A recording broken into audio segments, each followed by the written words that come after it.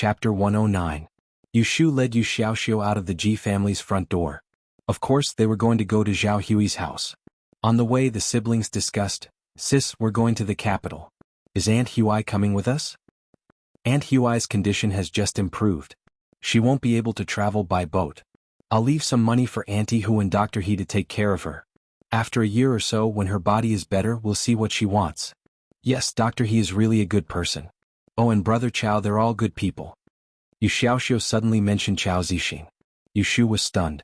She fell silent and didn't reply. She looked up and arrived at Zhao Hui's house. Yu Shu went up to knock on the door but found that there was a lock on the door. "Sis, why is the door locked?" Yu Xiaoxiu turned his head and asked Yu Shu curiously. Yu Shu shook her fork and looked worried. She raised her hand and knocked on the door. She shouted a few times but no one answered. Instead she called out to the person next door. "Xiao Yu?" Yu Shu turned her head and saw Auntie Hu standing at the door with a kitchen knife in her hand. When she saw the siblings she was very surprised. She hurriedly ran over and said, "Where have you been these days? Do you know that something big happened a few days ago? Dr. He injured someone and was arrested by the yamen." Yu Shu's expression froze. Yu Xiaoxiu said nervously, "Doctor? Dr. He was arrested by the yamen. Then what about my Aunt Hui?" Kim Bao, who was sleeping in Yu Xiaoxiu's sling bag, was woken up by them. It anxiously scratched the bag but no one paid attention to it. "Your Aunt Hui. Auntie Hu, what's going on?" Yu Shu was afraid and shocked. She was afraid that something bad would happen to Zhao Hui. She was shocked that she was affected by the law of the time of misfortune that night. She had clearly used Zhao Hui's horoscope to predict her horoscope. She didn't know that she would be in trouble, so why did something happen? "Let's talk in the courtyard. Let's go." Auntie Hu pulled Yu Xiaoxiu and pushed Yu Shu into her courtyard. She closed the door and turned around to say, "The morning before yesterday I was drying clothes at home when I heard a commotion next door. I went over to take a look and saw that your Aunt Hui's door was wide open. There was a commotion in the house and tables and stools were smashed. I don't know what happened but after a while I saw Dr. He kick a man and a woman out. The woman was fierce, grabbing her hair and biting her hands. Dr. He and the man were fighting. I don't know how they got hurt but there was blood. That afternoon people from the yamen came and arrested Dr. He. Your Aunt Hui stumbled after them and fainted outside the door." "Then where is she now?" Yu Shu couldn't help but interrupt. "That's right, that's what I wanted to tell you." Auntie Hu placed the kitchen knife in the bamboo basket and held Yu Shu's hand, saying, "That day when the yamen came to arrest her, there was an old master in the alley. After watching the commotion he asked about you. He said that your boss heard about your Aunt Hui and took your Aunt Hui away. He said that he was afraid that she would be alone and someone would cause trouble for her again. He wanted me to tell you that when you come back you can go to that something merchant to look for him. Oh yes, he said that his surname is Pei. Was Pei Jing." Yu Shu had a rough idea in her heart. The person who broke into Zhao Hui's house that day must be the family that she was previously engaged to. She didn't expect that this group of shameless people would dare to come to her house. Fortunately, He Fangji was present at that time and didn't let Zhao Hui be alone. However, he was arrested for injuring someone and suffered an undeserved disaster. Frowning, Yu Shu thanked Auntie Hu and pulled Yu Xiaoxiu away in a hurry. Yu Shu and Yu Xiaoxiu rented a horse carriage on Changminpu Street and directly rushed to the headquarters of the Taihing Chamber of Commerce. As soon as they entered the door they heard Fatty Xing's loud voice, "Hey, isn't this Ashu? Where have you been these days?" Xing Qi was sitting at the door of the hall drinking tea. As soon as Yu Shu came in she saw him. He raised his hand and waved at her. Yu Shu pulled Yu Xiaoxiu and walked over. "Manager Xing, is Mr. Pei here?" Xing Qi saw that she was sweating and understood a little. He stood up and said, "No, let's go. I'll take you to his house. Your aunt is also there." Seeing that Xing Qi also knew about the matter, Yu Shu didn't ask much. She followed him to the door and waited for the car with Yu Xiaoxiu. They took the car from the north of the city to Pei Jing's house in the west of the city. Pei Jing's house was also a big house. There was a guard in front of the door. Obviously the guard recognized Xing Qi. The guard didn't stop them. A servant went in to inform Pei Jing. Xing Qi took Yu Shu to the front yard and waited in the living room. The Pei family was a businessman. Maybe their house was not as big as the Ji family, but the courtyard scenery was no worse. Yu Shu didn't have the mood to appreciate it at the moment. She sat in the living room for a while and then went to the door to wait. The servant served tea. After a while, Yu Shu saw Pei Jing, who was wearing a loose green gown, turning the corner of the veranda. Before he reached, Yushu saluted, "Mr. Pei." Pei Jing stood at the door and looked at Yushu from head to toe. He pointed to the room and said, "Go in and sit down. I have something to ask you. Your aunt is resting. My wife is accompanying her. It doesn't matter." "Yes." Yushu followed him back into the living room. When Xingqi saw him, he stood up and said, "Take your time. I'm going back to the Chamber of Commerce." Yushu said, "Thank you, shopkeeper Xing, for sending me here." Xingqi waved his hand and left. Pei Jing looked at Yu Xiaoxiu. "This is your younger brother?" "Yes, his name is Xiaoxiu." Yushu pulled Yu Xiaoxiu over and bowed to Pei Jing. Pei Jing touched Yu Xiaoxiu's head and called a servant girl in. He stood outside the door and said, "I have something to say to your sister. Follow her to the courtyard to play for a while, okay?" Yu Xiaoxiu looked at Yushu. Seeing Yushu nod, he patted Kim Bao, who was moving around in the bag. He obediently followed the senior servant girl. When Yushu heard Pei Jing talking to Yu Xiaoxiu, she knew that he had discovered her female identity. She didn't show any fear. Only after Yu Xiaoxiu left did she apologize to Pei Jing. "I had to hide it from you, Mr. Pei. I hope Mr. Pei will forgive me." Pei Jing didn't look angry. He was very understanding. "When you're outside, it's right to be wary of others. Moreover, you didn't lie to me. On the contrary, you helped me a lot." Seeing that he didn't care, Yushu relaxed. Just as she was about to open her mouth to ask more, she heard Pei Jing say, "I've sent people to inquire about your Aunt Hui. I know some inside information. The family she offended is the family of the deceased Yuan Wai Do in the west of the city. The Do family itself isn't much in Yang City, but they are related to the Ishua Ji family in the east of the city. That Ji family's second master's wife calls Yuan Wai Do her biological uncle. Yuan Wai Do passed away a few years ago, leaving behind his eldest daughter, Do Hong, to manage the family. She also has a younger sister, Do Lu. The doctor who treated your Aunt Hui injured Do Lu's husband. It said that the man's leg was broken. Yesterday he filed a complaint to the Yamen, accusing the doctor of assault. The Yamen opened the court to investigate the case, but the doctor refused to admit his guilt. He was beaten and thrown into prison. He will be tried again in the future. A case like this will be sentenced to at least 5 years in prison. After listening to Pei Jing's story, Yushu's expression turned ugly. She didn't expect that the matter would become so big. She didn't expect that it was related to the Ji family. Pei Jing spoke for a long time. He drank the tea and sighed.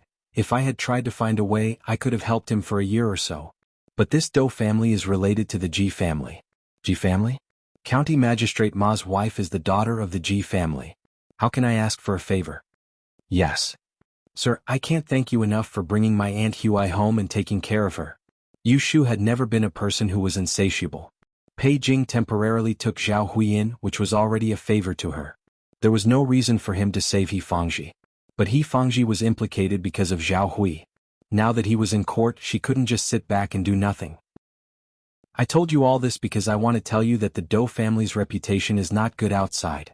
Now that something like this happened, they won't let it go even if they sue them in prison. If they find your Aunt Hui, they will definitely make things difficult for you. You should stay in my mansion for the time being and stay out of trouble." Yushu thought that this was the only thing she could do now. She had to settle down and think of a way to save He Fangji.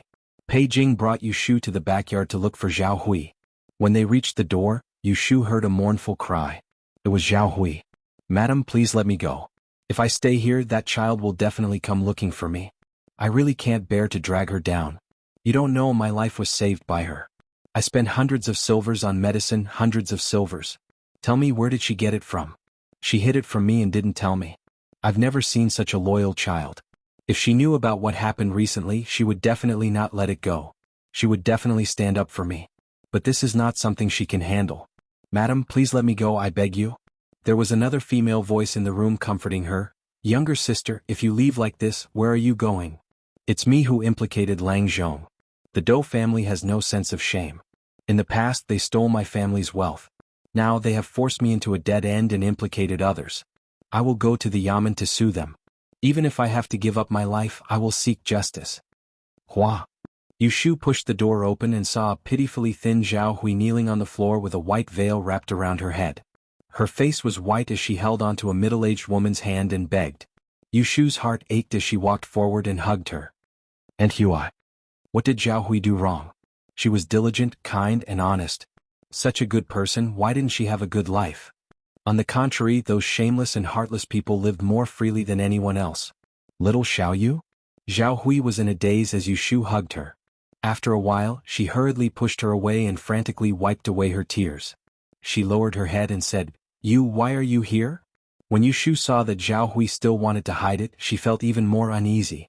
She reached out to help her up and helped the woman back to the bed. Without waiting for Zhao Hui to speak again, she said, Aunt Hui, I heard about what happened to Lang Zhong. Don't worry. Let's think of a solution together, okay? Hearing this, Zhao Hui's body stiffened. She lifted her head and smiled bitterly. Child, what nonsense are you saying? It's not your turn to think of a solution. Didn't you go home? Why did you come out again? Chapter 110. Pei Jing and Madame Pei considerately left, leaving Yushu and Zhao Hui to talk in the room. Yushu put a pillow on Zhao Hui's back and pulled the blanket over her. She held her hand and asked, Aunt Hui, tell me in detail what happened that day. How did Dr. He injure him?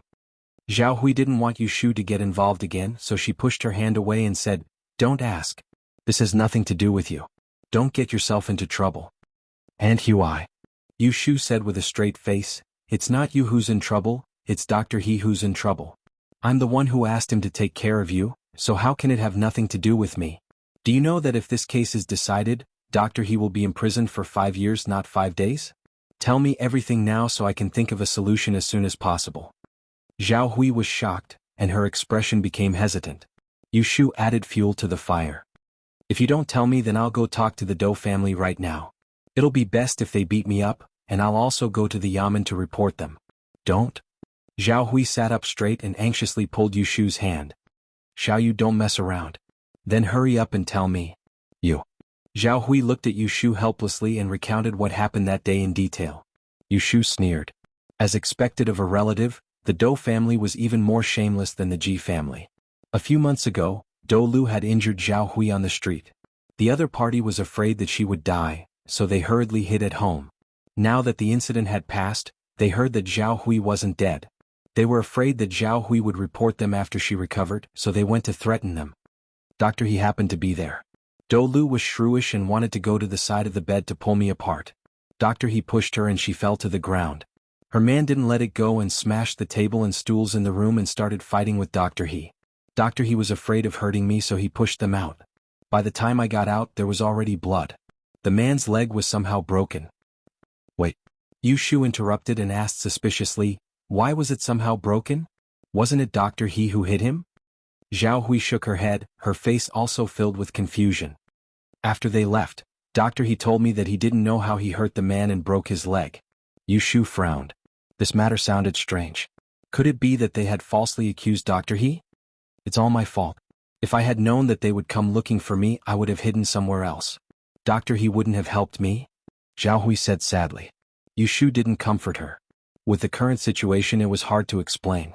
The Dou family insisted that Dr. He was the one who injured her and that County Magistrate Ma was in cahoots with them. Even if Dr. He didn't plead guilty now, he would probably be tortured into a confession. It was just like when Zhao Hui was wrongly accused of marriage fraud. That Dou Jiaqiang said that her appearance and 8 characters didn't match and even found a e-shop to testify. An idea flashed through Yushu's mind. She rubbed her chin and asked Zhao Hui seriously, Aunt Hui, do you remember which e-shop the Dou family found to testify against you? Zhao Hui looked at her and whispered, It's the Ji family. Bah. Yushu slapped her thigh and suddenly stood up. Zhao Hui was startled and asked nervously, Xiaoyu, what's wrong? Yushu said, I remember you said that there was a housekeeper in Yang City who sent you there. Have you been in contact with him all these years? Zhao Hui shook her head. Yushu was about to be depressed when she heard her say, although I haven't been in contact with him, I know that he has a bookstore on the street behind Jiangmen Pu. Yushu was overjoyed. She vaguely had an idea. She turned around and rubbed her palms as she paced back and forth in the room. She frowned and thought carefully. Pei Jing and Furen Qinshi returned to the bedroom. It was already noon. Pei Jing had the habit of resting at noon, so he was even more listless today. Qinshi helped him take off his outer robe, and the couple lay down side by side on the bed. Qinshi saw that Pei Jing was frowning, so she advised, Don't be upset. I know that you like that child very much and want to help her, but this kind of private matter we will help if we can. If we can't, then there's nothing we can do. Do you really want to get into trouble for them? You don't put the Dou family in your eyes, but they still have the Ji family behind them. This matter really doesn't need us to interfere. Pei Jing nodded and said, Foreign is right. Let them stay in the Fu for now. You go back and persuade Zhao Hui. Tell her to get over it so that Ashu doesn't do anything stupid with her. Qin Shi made a sound and then sighed with emotion, speaking of which that Zhao Hui's life is really bitter. She's a good young lady, but now she's in trouble. Yeah. Did Foreign hear what she said? Lu Jing had only found out that Zhao Hui had swindled her marriage many years ago and became enemies with the Dou family, but he didn't know more. Qin Shi said that Zhao Hui was the daughter of a merchant in Yenzhou. She was engaged to the Dou family, but her parents passed away early and she was left alone. Before she died, she entrusted the housekeeper to send her to her husband's family in Yiyang. Foreign said that she was from Yenzhou? Pei Jing heard Qin Shi's opening words and his heart moved. He thought of something and interrupted her. That's right, isn't it the same? It's nothing, Foreign can continue. Pei Jing thought that perhaps he was being overly suspicious. How could there be such a coincidence? Qin Shi gave him a strange look and continued to tell Zhao Hui's story. She talked about how the Dou family's brother died and shamelessly accused Zhao Hui of swindling her marriage. She went to the bazaar to prove that the horoscope she sent was fake and that she had taken the orphan girl's wealth. She was filled with righteous indignation. When she finished, she sighed and said, It's a pity that she was alone and her dowry was taken. She was reduced to this day. It was not easy for her to live a stable life, but another disaster occurred. Everyone has their own fate. Pei Jing stretched out his hand to pick up the small pot on the tea table and poured a cup of water for Qin Shi. That's right. Qin Shi gently placed her hand on Pei Jing's chest and said, Jingji, when you were in trouble in a foreign land, you were almost unable to recover. If it wasn't for that kind-hearted person's help, I'm afraid you wouldn't be who you are today. Pei Jing's eyes suddenly became a bit sad. He patted her hand and thought for a moment. He casually asked, Then does Zhao Hui have any other relatives in her hometown? She said she doesn't know. Why don't you help her ask around? Her father's surname was Zhao. It was said that the old man was also a kind person. Wherever he went, people would respectfully call him, Good Man Zhao. Pada. The quilt in Pei Jing's hand fell on the bed frame and broke into several pieces on the ground. Jingji. Qin Shi quickly got up in shock. She saw that Pei Jing's eyes were red, his lips were trembling and tears were about to fall. Zhao Hui watched as Yushu walked back and forth in the room, muttering to herself as if she had lost her soul. For a moment she was worried. She called out to her several times but didn't get a response. She unconsciously raised her voice, Xiao Yu. Yushu came back to her senses. She turned her head and saw Zhao Hui's worried expression. She quickly walked over and sat down on the side of the bed. Zhao Hui grabbed her hand. What happened to you? Don't scare me. If you can't think of a way, don't hurt your brain with anxiety. Yushu shook her head. She pursed her lips and said, I think I have a way to save Dr. He. Zhao Hui was happy at first, but then she asked doubtfully, What way? Tell me. I'm not sure if this will work. I need to find someone who understands the law and ask clearly. Yushu grabbed her hair in annoyance. She had a plan in her heart, but she didn't have enough manpower. I can't do this alone. If Mr. Pei is willing to help me. If I am willing to help you, what will you do? A voice was heard outside the door. Yushu and Zhao Hui were startled. They turned their heads and saw a shadow outside the door. Yushu quickly got up and walked to the door. She opened the door halfway and saw Pei Jing standing outside. Mr. Pei?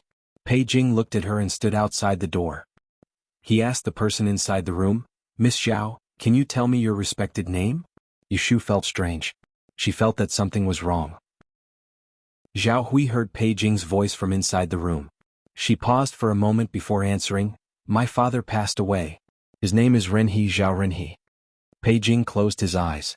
He took a deep breath and opened them again. Yushu was shocked to see that there were tears in his eyes. Mr. Pei, what are you doing? Pei Jing ignored her and said to the door, I was born into a merchant family. When I was 20, I was elected as a fortune teller. When I was young, my eyes were on the top of my head. I thought that I was talented.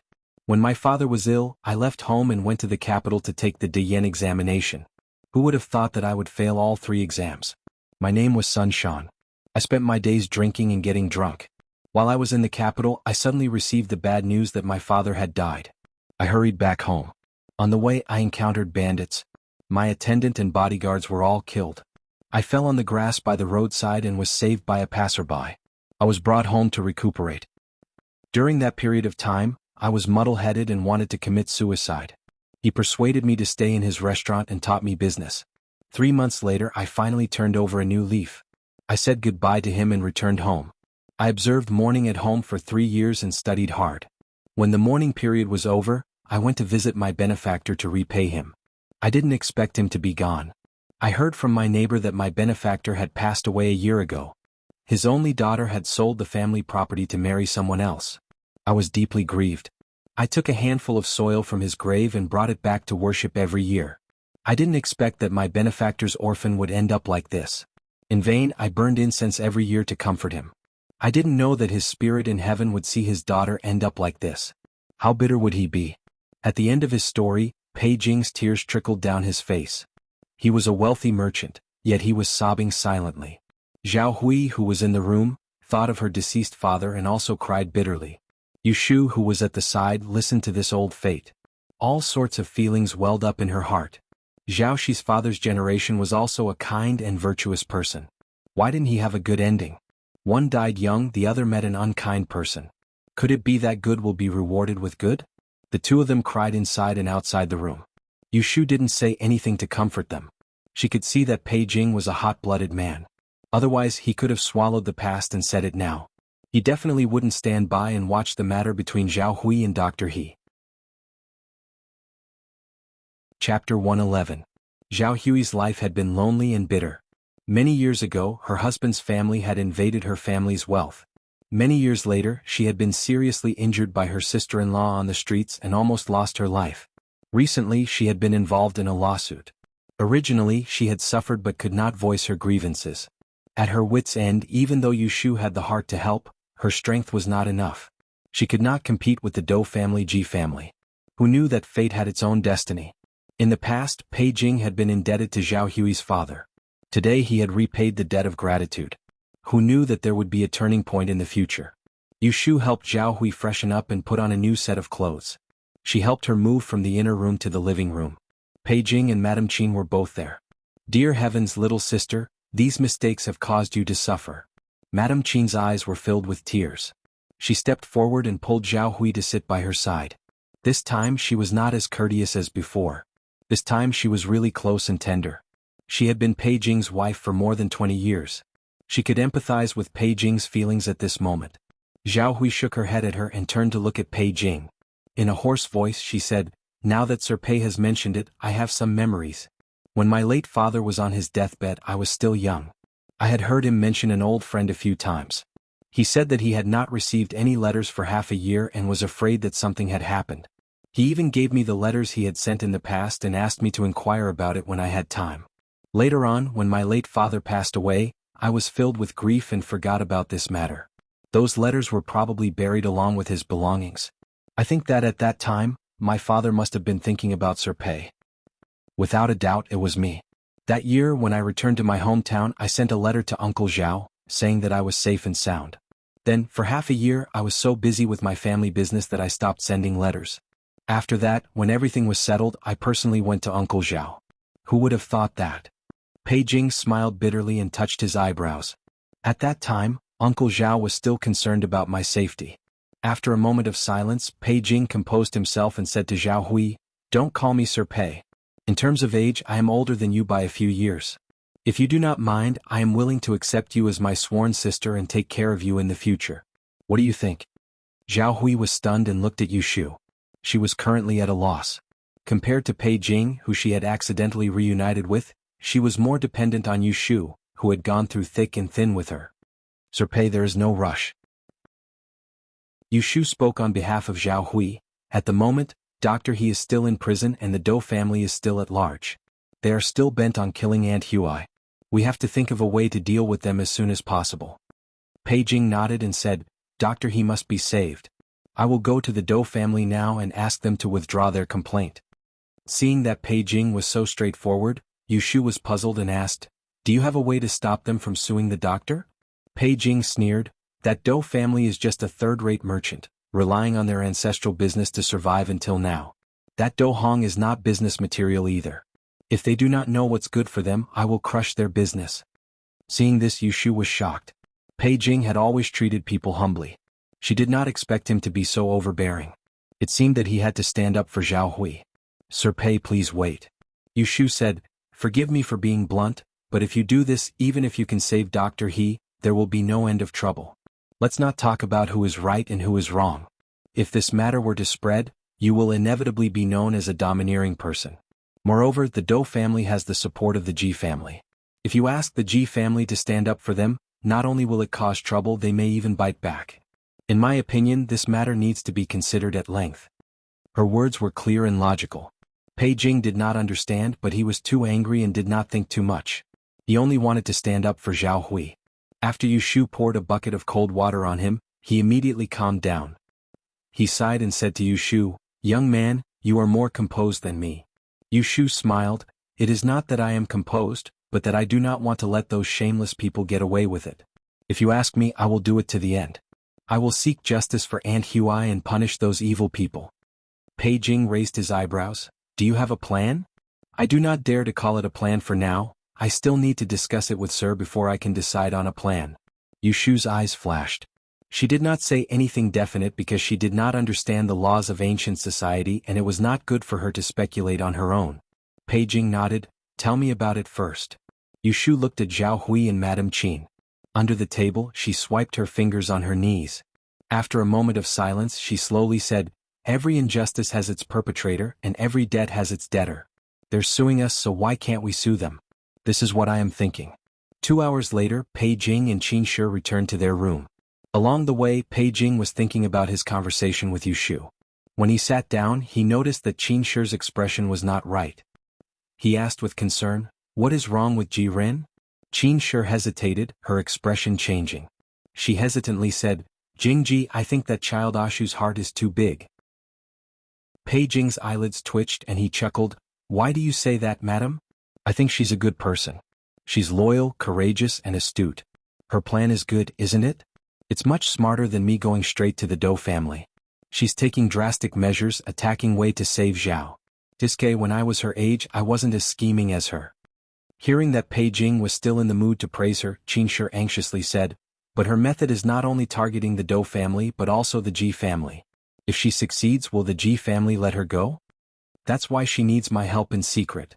Pei Jing took Qin Shi's hand and warmly said, Ashu is a little girl. She owes Zhao Hui a few meals and knows to repay her kindness. I was greatly indebted to Zhao Gong in the past. Now that I have met his descendant, even the heavens have eyes. If I cannot help her, wouldn't I be worse than a child? When did I say I don't want you to help them? Qin Shi angrily said, I am worried about you. Fine, if you don't want to hear it, I won't say it. If you want to do it, I can't stop you.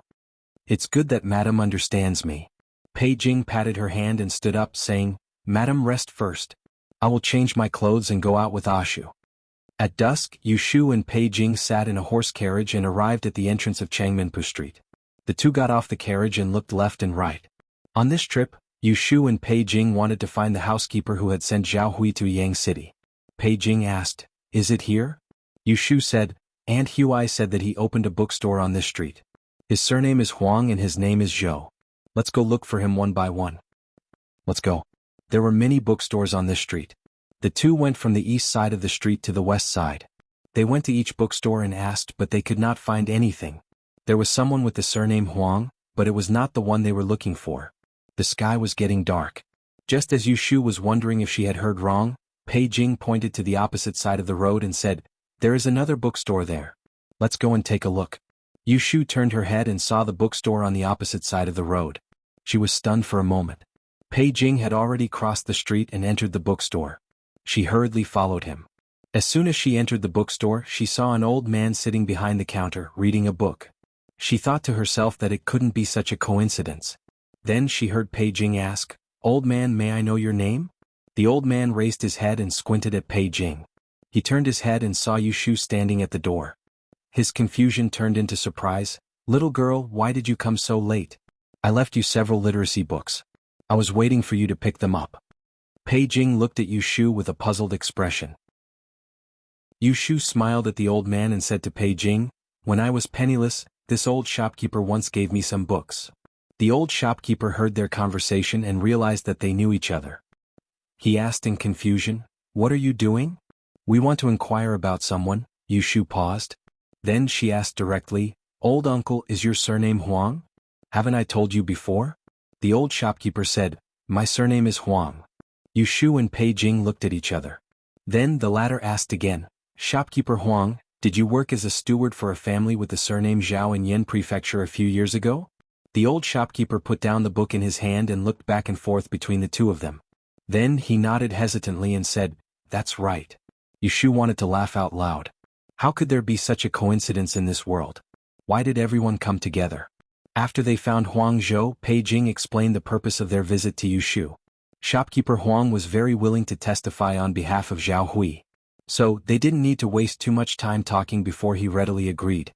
Another unexpected joy was that he had saved a list of the dowry that Zhao Hui had sent to the Dou family back then. Miss has a bitter life. When the Lord withdrew his hand, he repeatedly urged me to send her to the Dou family. But I didn't expect that it would turn out to be a wolf's den. Alas, I'm incompetent. I couldn't protect Miss and she ended up in prison. I was too afraid to stand up for her at that time. Miss was released from prison and disappeared without a trace. I thought that she didn't want to see me. Who would have thought that she would make a living right under my nose and end up in such a plight? All these years have passed but I still can't let it go. Now I'm on the verge of death. Since you're willing to stand up for me, this bag of old bones, why wouldn't I dare?" When Huang Zhou brought up the events of the past, he felt very ashamed. Yushu comforted him with a few words and asked him a few more questions about the past. She followed him home to get the dowry list and then left with Pei Jing. On the way, Pei Jing suggested that Yushu should go to the prison to visit He Fangji. She shook her head and refused. To avoid alerting the enemy, it's better not to go yet. "Sir Pei, please don't use your name to stand up for him. In the future we'll make sure that Dr. He suffers in prison doesn't fall." "That's fine, I'll have to trouble Dr. He for now." Pei Jing looked at Yushu's assertive manner and unconsciously ignored her age. He asked, "What do you plan to do next?" Yushu said, "Teacher, please tell me about the rules of the court so that I don't make any mistakes." Pei Jing frowned. You really want to replace Huinyang to beat the drum and cry injustice? You must know that if you go to court like this, you'll have to be flogged first before you can present the petition." Yushu nodded, her expression did not change. "County Magistrate Ma and the Ji family are related. If we follow the rules and present the petition first, it's hard to guarantee that they won't be prepared in advance and collude in private. Teacher has said it before, beating the drum and crying injustice, the officials will go to court. Since the trial is about to begin, if we want to sue, we'll sue them unprepared." Pei Jing did not miss the last flash of ruthlessness in Yushu's eyes. His heart jumped, he felt that there was something he could not grasp, but he could not grasp the beginning and the end. Seeing that she had made up her mind, he knew that persuading her would be useless. He said, "Then we'll have to hide it from Huinyang first. If she finds out, how can she let you take her place? Flogging is not easy." Chapter 112. At night, Zhao Hui was anxiously waiting for Yushu to come back. Yu Xiaoxiu was also in her room. She was not in the mood to tease Kim Bao, so she tied it under the table and threw it a few snacks. Kim Bao did not make any noise when it had food. Zhao Hui was preoccupied, so she did not notice the little mouse in the room. As soon as the door opened, Yu Xiaoxiu stood up. Zhao Hui was sitting on the bed. She turned her head and saw Yushu pushing the door open. She said, "Why did you come back so late? Did you not find him?" Yushu comforted her and said, "I found him. He is on Changmenpa Street. I was discussing something with Mr. Pei outside, so I came back late." "Have you eaten?" Yu Xiaoxiu said, "Yes, I have. What about you, sister?" "Well, I used it outside." Yushu pushed Yu Xiaoxiu to sit down. She glanced at Kim Bao, who was spinning around her feet. She rubbed it with her toes and walked to Zhao Hui's bed. "And Huai, don't worry. Uncle Huang is willing to testify for you. If it wasn't so late, he would have come to see you." Yushu took out the dowry list that she got from Huang Zhou and showed it to Zhao Hui. Zhao Hui took the yellowed paper and turned it over a few times. When she touched it, she thought of the scene when her late father prepared the dowry for her. She felt sad again. "Yes, this is it. I didn't expect him to keep it." Seeing that she was about to cry, Yushu quickly comforted her. "Don't cry anymore. Have a good rest tonight. You have to go out tomorrow." Zhao Hui said, "You want me to go out? Where?" Yushu blinked her eyes maliciously. "Go and collect some evidence. Early the next morning, Madame Qin personally went to Zhao Hui's room to dress her up and bring her new clothes for her to change into. The two of them were about the same height, but Zhao Hui was on the thinner side. Her belt was tighter so it wasn't obvious. The wound on Zhao Hui's head had already healed under He Fangji's careful care, but there were still a few scars on the top of her head. After shaving her hair, Madame Qin skillfully mixed the wig into her real hair and used hairpins and silk flowers to perfectly cover the scars on her head. She also used makeup to cover her yellowish complexion. After changing into silk clothes and wearing gold and silver jewelry, Zhao Hui looked like a different person in front of the mirror. She looked rich and noble. No one could imagine that she used to be an auntie who bought wonton noodles on the street. "Aunt Hui looks good in this dress." Yu Shu looked at Zhao Hui and sincerely praised her. If it wasn't for the teasing of fate, Zhao Hui would have always looked like this. Madame Qin also praised, "I still have some good materials. I can cut them all into new clothes for younger sister in the future." Zhao Hui uncomfortably touched her earlobes and said to Yu Shu and Madame Qin, "I still feel that wearing trousers is more convenient. I can't even walk properly like this." After many years of suffering, Zhao Hui was no longer the rich little girl who didn't have her hands wet with water. Older sister, from extravagance to simplicity, and then to extravagance. Yu Shu smiled, "Let's wear this for now. It's really uncomfortable. We'll change when we get back." After checking that there was nothing wrong, Madame Qin called over a pair of personal maids to escort them to the door and onto the carriage. Yu Shu and Zhao Hui went out and only returned in the afternoon. After sending the tired Zhao Hui back to her room, Yu Shu called for a servant to lead her to the study to find Pei Jing. "Sir Pei. Come in, hey. Pei Jing closed the account book in his hand and pointed at the chair opposite the desk for Yu Shu to sit down. "How is it?" Yu Shu took out 3 evaluation notes from the E-Museum and handed them to him. After Pei Jing looked at them, a cold smile appeared on his face and he threw the notes on the table. "Let's see how they can cover up their lies this time." Yu Shu said, "There is no time to lose. Tomorrow morning I will go to the Yamen to file a complaint." Pei Jing's expression became serious as he said, "Since you have decided not to let me show my face, I will help you in secret. Don't worry, even if I cannot win this lawsuit and the Dou family holds a grudge against you, I will ensure your safety." Yu Shu nodded noncommittally and picked up the 3 notes on the table. She lowered her head and played with it, her eyes hiding an unseen light. On the 9th day of the 6th month, Yu Shu woke up early and did not disturb Zhao Hui and Yu Xiaoxiu. She quietly left the door. Pei Jing was waiting for her in the front courtyard. Seeing her black hair, wearing an old blue shirt and dressed as a boy, he couldn't help but feel strange and asked, "Are you going to wear this? And won't I be punished?" "It is inconvenient to wear a skirt," Yu Shu explained. Pei Jing did not suspect anything and sent her to the horse carriage. He gave her the written complaint that he had instructed someone to write last night and reminded, "Be careful. I will go over when I hear the commotion." Yu Shu responded and pulled the curtain. The horse carriage drove towards the Yamen in the north of the city. Halfway there, Yu Shu got off the carriage and sent the driver away. She dug some mud at the side of a small river and smeared it on her body and face. She then tore off the patches on her clothes and disguised herself as a little beggar and swaggered into Wanxiang Street. There were quite a lot of beggars in Yang City. The area around Wanxiang Street was crowded with them. A beggar walking on the street was not eye-catching. If a beggar walked into a gambling house, it would at most attract a few more glances. However, if a beggar walked into a gambling house with a Bao Rin sign and was seen by others, it would be a big deal. More than a month ago, the rumor of a beggar on the street was still hot on Wanxiang Street. There was even a storyteller in the tea house who made this part into a list for the customers to listen to. Every time a beggar was picked up, it would be more than one. Therefore, when a beggar entered the Bao Rin casino, there were people who were curious to see if this beggar was the one in the rumor. Once bitten, twice shy. Once bitten, twice shy in Bao Rin casino. Once bitten, twice shy. Seeing Yu Shu enter, someone came up to stop her. However, Yu Shu tossed a piece of silver into the hands of Ding Bao, who was blocking her way. "What's wrong? You have money, yet you don't let people in to play?" She then took advantage of the people's stupefaction and went to the place where the signs were sold. She also threw a piece of silver and didn't even ask for the change. There weren't many customers in the morning in the E district. A dozen or so people were playing and there were a few spectators around them. Yu Shu went over and found a spot. Looking at the questions on the wall, she took out a charcoal pencil and began to calculate on a piece of paper.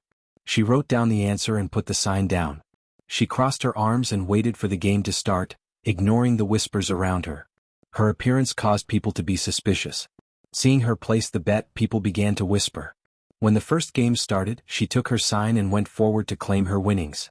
Like a drop of water falling into a pot of oil, the E district immediately exploded. This can't be the beggar from A Beggar on the Street, right? It's the Miao Chi who won 40 games in a row that day. It's him, I remember now. I was there that day too. That beggar was wearing a dirty blue shirt, it's definitely him. Quickly find someone and tell them that the divine fortune-telling beggar has come to the Bowron Casino again. By the time Yu Shu won her third game, the Bowron Casino was already packed with people. Those who heard the commotion on Vientiane Street all rushed over to watch the show. On the second floor, the gambling house's shopkeeper Zhou was looking down from the window.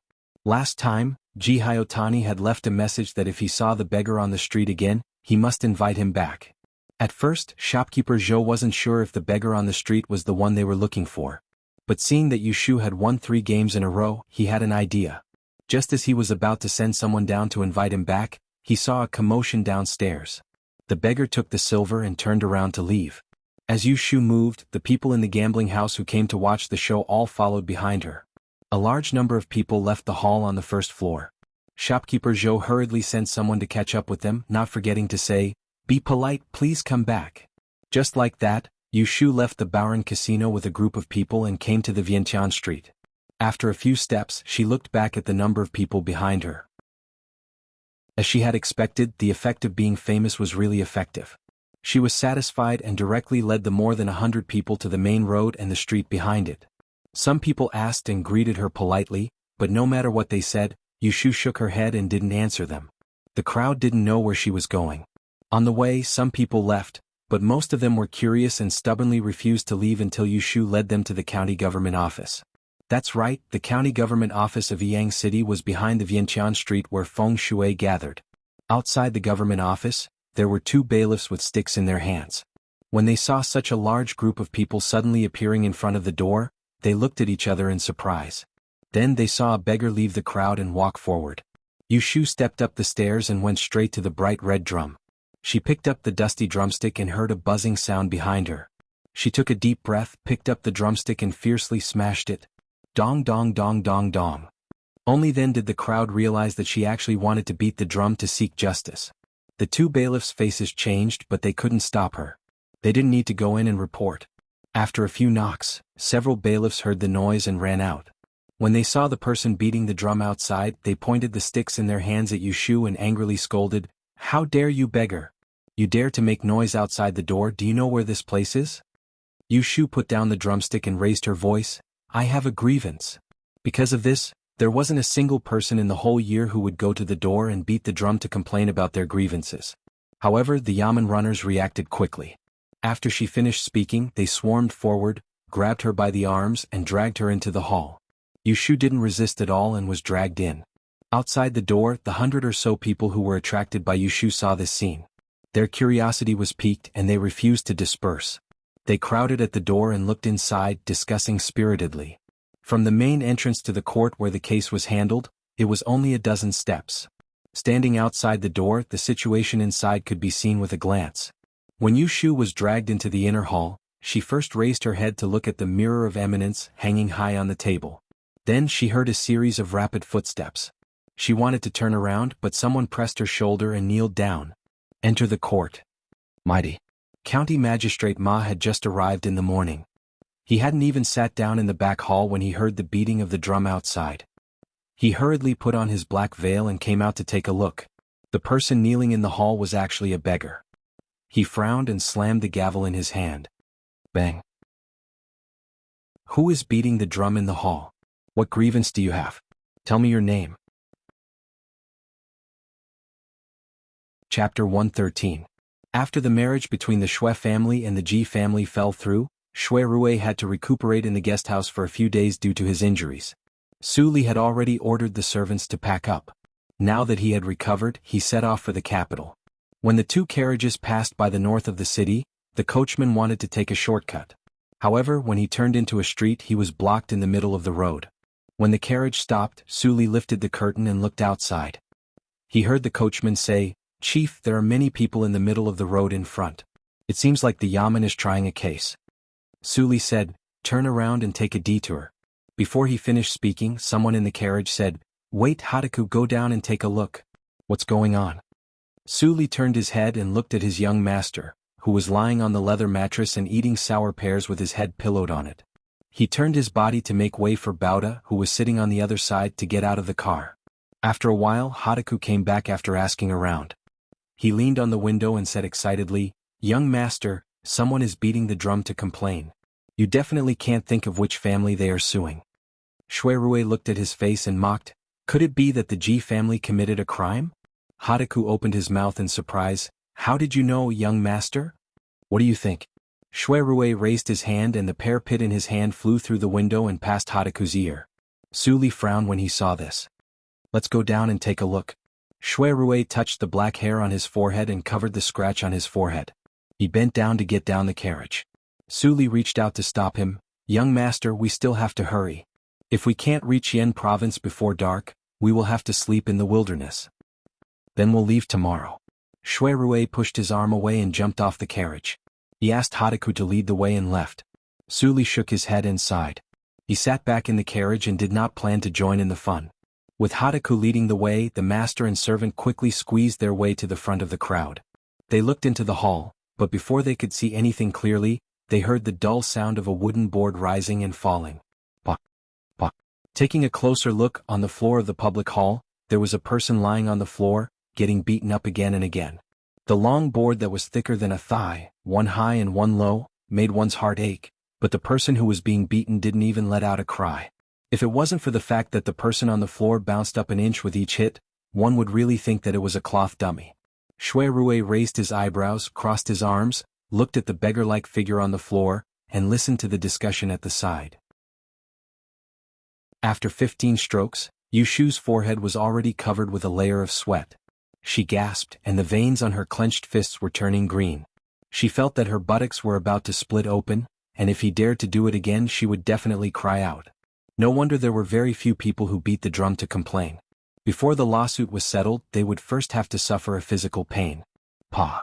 County Magistrate Ma slammed the gavel and looked at the beggar who beat the drum to complain about his in-laws with a gloomy expression. He shouted in a deep voice, "Present the complaint paper." Lying on the floor, Yushu gritted her teeth and endured the pain. She turned sideways and took out the complaint paper from her bosom, and handed it over to the yamen runner. The hall was silent, and County Magistrate Ma carefully read through the complaint paper. It clearly stated when Zhao Hui was engaged to the Dou family, when she lost her father and fled to Yang, how the Dou family used flowery words to detain her dowry and family property, how Zhao Hui's fiancé died of a sudden illness, how the Dou family's elder sister sent her a letter and seized her dowry and family property, how she filed a lawsuit against the government, and how the Dou family colluded with the Ji family to barter her house, and listed that her appearance did not match her horoscope, and how she was accused of marriage fraud, and how the county magistrate at that time awarded her family property to the Dou family, and even imprisoned her in prison. The more County Magistrate Ma read, the darker his expression became. Zhao Hui's marriage fraud case was judged by his predecessor, and he had been an official for 10 years. Based on his experience and intuition, he knew that there was another injustice in that case, and it involved the Ji family. With so many commoners watching, there was no one in Yang City who didn't know that he was the son-in-law of the Ji family. If he was biased, it would certainly attract criticism. So, he decided to bring everyone here first, and then act according to the situation in court. Pa. Guards, go to the Dou family on the west side of the city, and the Ji family on the east side of the city to arrest them. Several bailiffs responded and left. County Magistrate Ma said to Yushu, "Yushu, where is your godmother, Zhao Hui? Why do you need to beat the drum for her?" County Magistrate Ma called out Yushu's name, deliberately pronouncing it in an oblique tone, and discovered that she was his brother-in-law's stepdaughter. First, there were too many people with the same name in Yang City, and second, the Ji family had many descendants, so he really couldn't remember all of them. It had been some time since the incident where Ma Weibo was beaten, and the person in court was a boy who looked like a beggar. Even if he knew who Yushu was, he couldn't immediately connect them together. But there was someone else in front of the yamen, and it was different. Hearing County Magistrate Ma's shout, Shuirue was stunned, and his expression changed slightly.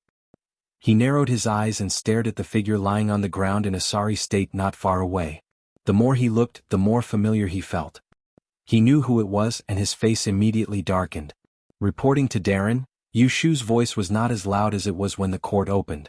She panted and said, "Not long ago my godmother was injured by Do Lu from the Do family. She is bedridden so she can't come to court in person. I beat the drum to appeal for justice on her behalf." To complain on someone else's behalf, the first condition was that they were related.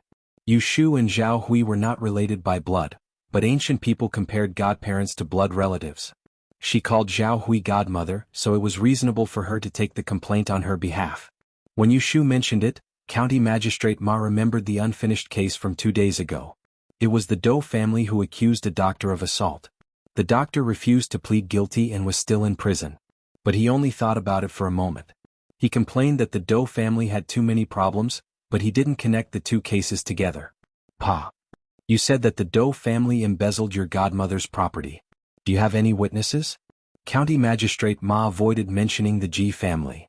"Yes," Yu Shu said, "when my godmother lost her father and came to Yang to seek refuge with the Do family, an old housekeeper sent her here. The old housekeeper is still alive and runs a bookstore on Changmenpu West Street. His name is Huang Zhou. He can testify for me that what I said is true. My godmother did not cheat the marriage. It was the Do family and the Ji family who colluded to bully her, an orphan girl." County Magistrate Ma said, "Come to Changmenpu and bring this Huang Zhou here." "Yes, Darren."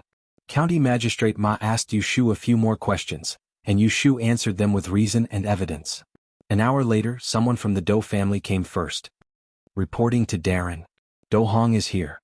Do Hong was the eldest daughter of the Do family. She married a live-in son-in-law and was in charge of the household. She was about the same age as Pei Jing. She had a pair of slender eyes and 2 wrinkles at the corner of her mouth. She had a shrewd look on her face. Yu Shu couldn't get up, so she just lay on the ground. She turned her head to look and met Do Hong's cold eyes. "Are you Do Hong?" "Yes, Darren." "Bang. Do Hong, do you know who Zhao Hui is?" Do Hong said, "I do. More than 10 years ago, when my father was still alive, he arranged a marriage for my second brother. The other party was from a merchant family in Yen province. This Zhao Hui is the daughter of that family. Later she caused my second brother's death. After I found out that her family lied about the marriage, I severed all ties with her." Hearing this, Yu Shu sneered from the ground and did not interrupt. County Magistrate Ma said, "Someone is accusing the Do family of embezzling other people's property in front of Jiodong. They used a fake evaluation report to make a false accusation and bullied an orphan girl. Do you plead guilty?" Do Hong was shocked. She took 2 steps forward and said angrily, "Darren, this is pure slander. My Do family has been wealthy for generations. My father was the minister counselor of Western City. Why would I covet other people's property?" Bang. County Magistrate Ma slammed the gavel. No noise in the court. Do Hong unwillingly stepped back.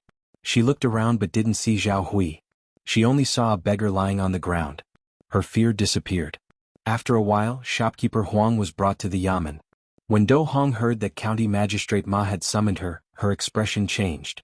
When she heard that Huang Zhou accused her of embezzling Zhao Hui's property and falsely accusing Zhao Hui of a false marriage, she lost her cool.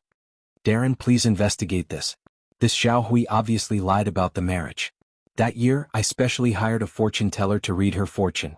With the evaluation report as proof, how can I falsely accuse her?" "Which fortune teller did you hire as a witness?" Yu Shu suddenly shouted. "Ji family's fortune teller." Do Hong blurted out. After saying it, she realized that something was wrong. She lowered her head and glared at Yu Shu. The yamen's entrance buzzed. Shui Rui's mouth twitched. His expression loosened a little. He couldn't help but laugh. Bang. With a loud bang, Yu Shu obediently shut her mouth. She tilted her head and looked at Do Hong. She laughed in her heart. "I was afraid that you wouldn't admit it." County Magistrate Ma's face darkened. He said to Yu Shu, "You heard it. This Ji family's fortune teller is a famous and promising place in Yang City. If you accuse them of colluding with the Do family to fabricate a false evaluation report, I will not forgive you." "I dare not."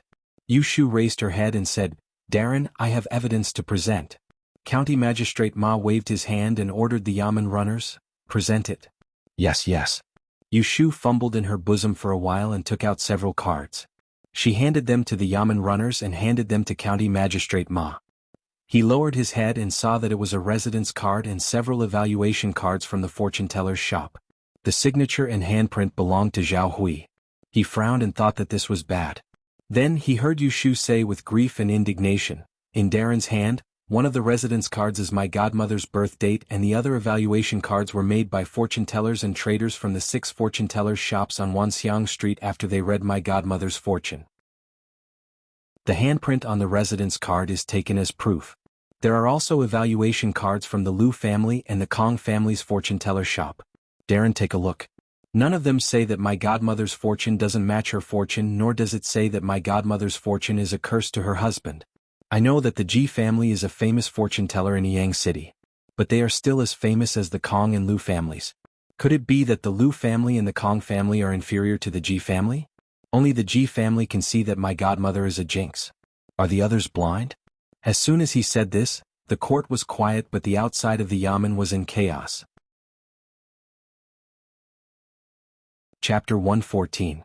No one would have thought that Yu Shu would bring Zhao Hui to several exchange shops in advance to ask for evaluation reports, and she even mixed in the Kong and Liu family. The reputation of the Kong and Liu family in Yang City was no less than that of the Ji family. The evaluation reports they gave did not say that Zhao Hui had a problem, which meant that Zhao Hui did not have a bad fate. Obviously, there was something wrong with the evaluation report the Ji family gave that year. Everyone thought, if there is something wrong with the Ji family's evaluation report, then wasn't the Dou family's case of claiming that the orphan girl was a jinx in marriage fraud a false accusation? Not only was it a false accusation, but it was also an embezzlement of someone else's dowry. These two crimes added together were not light.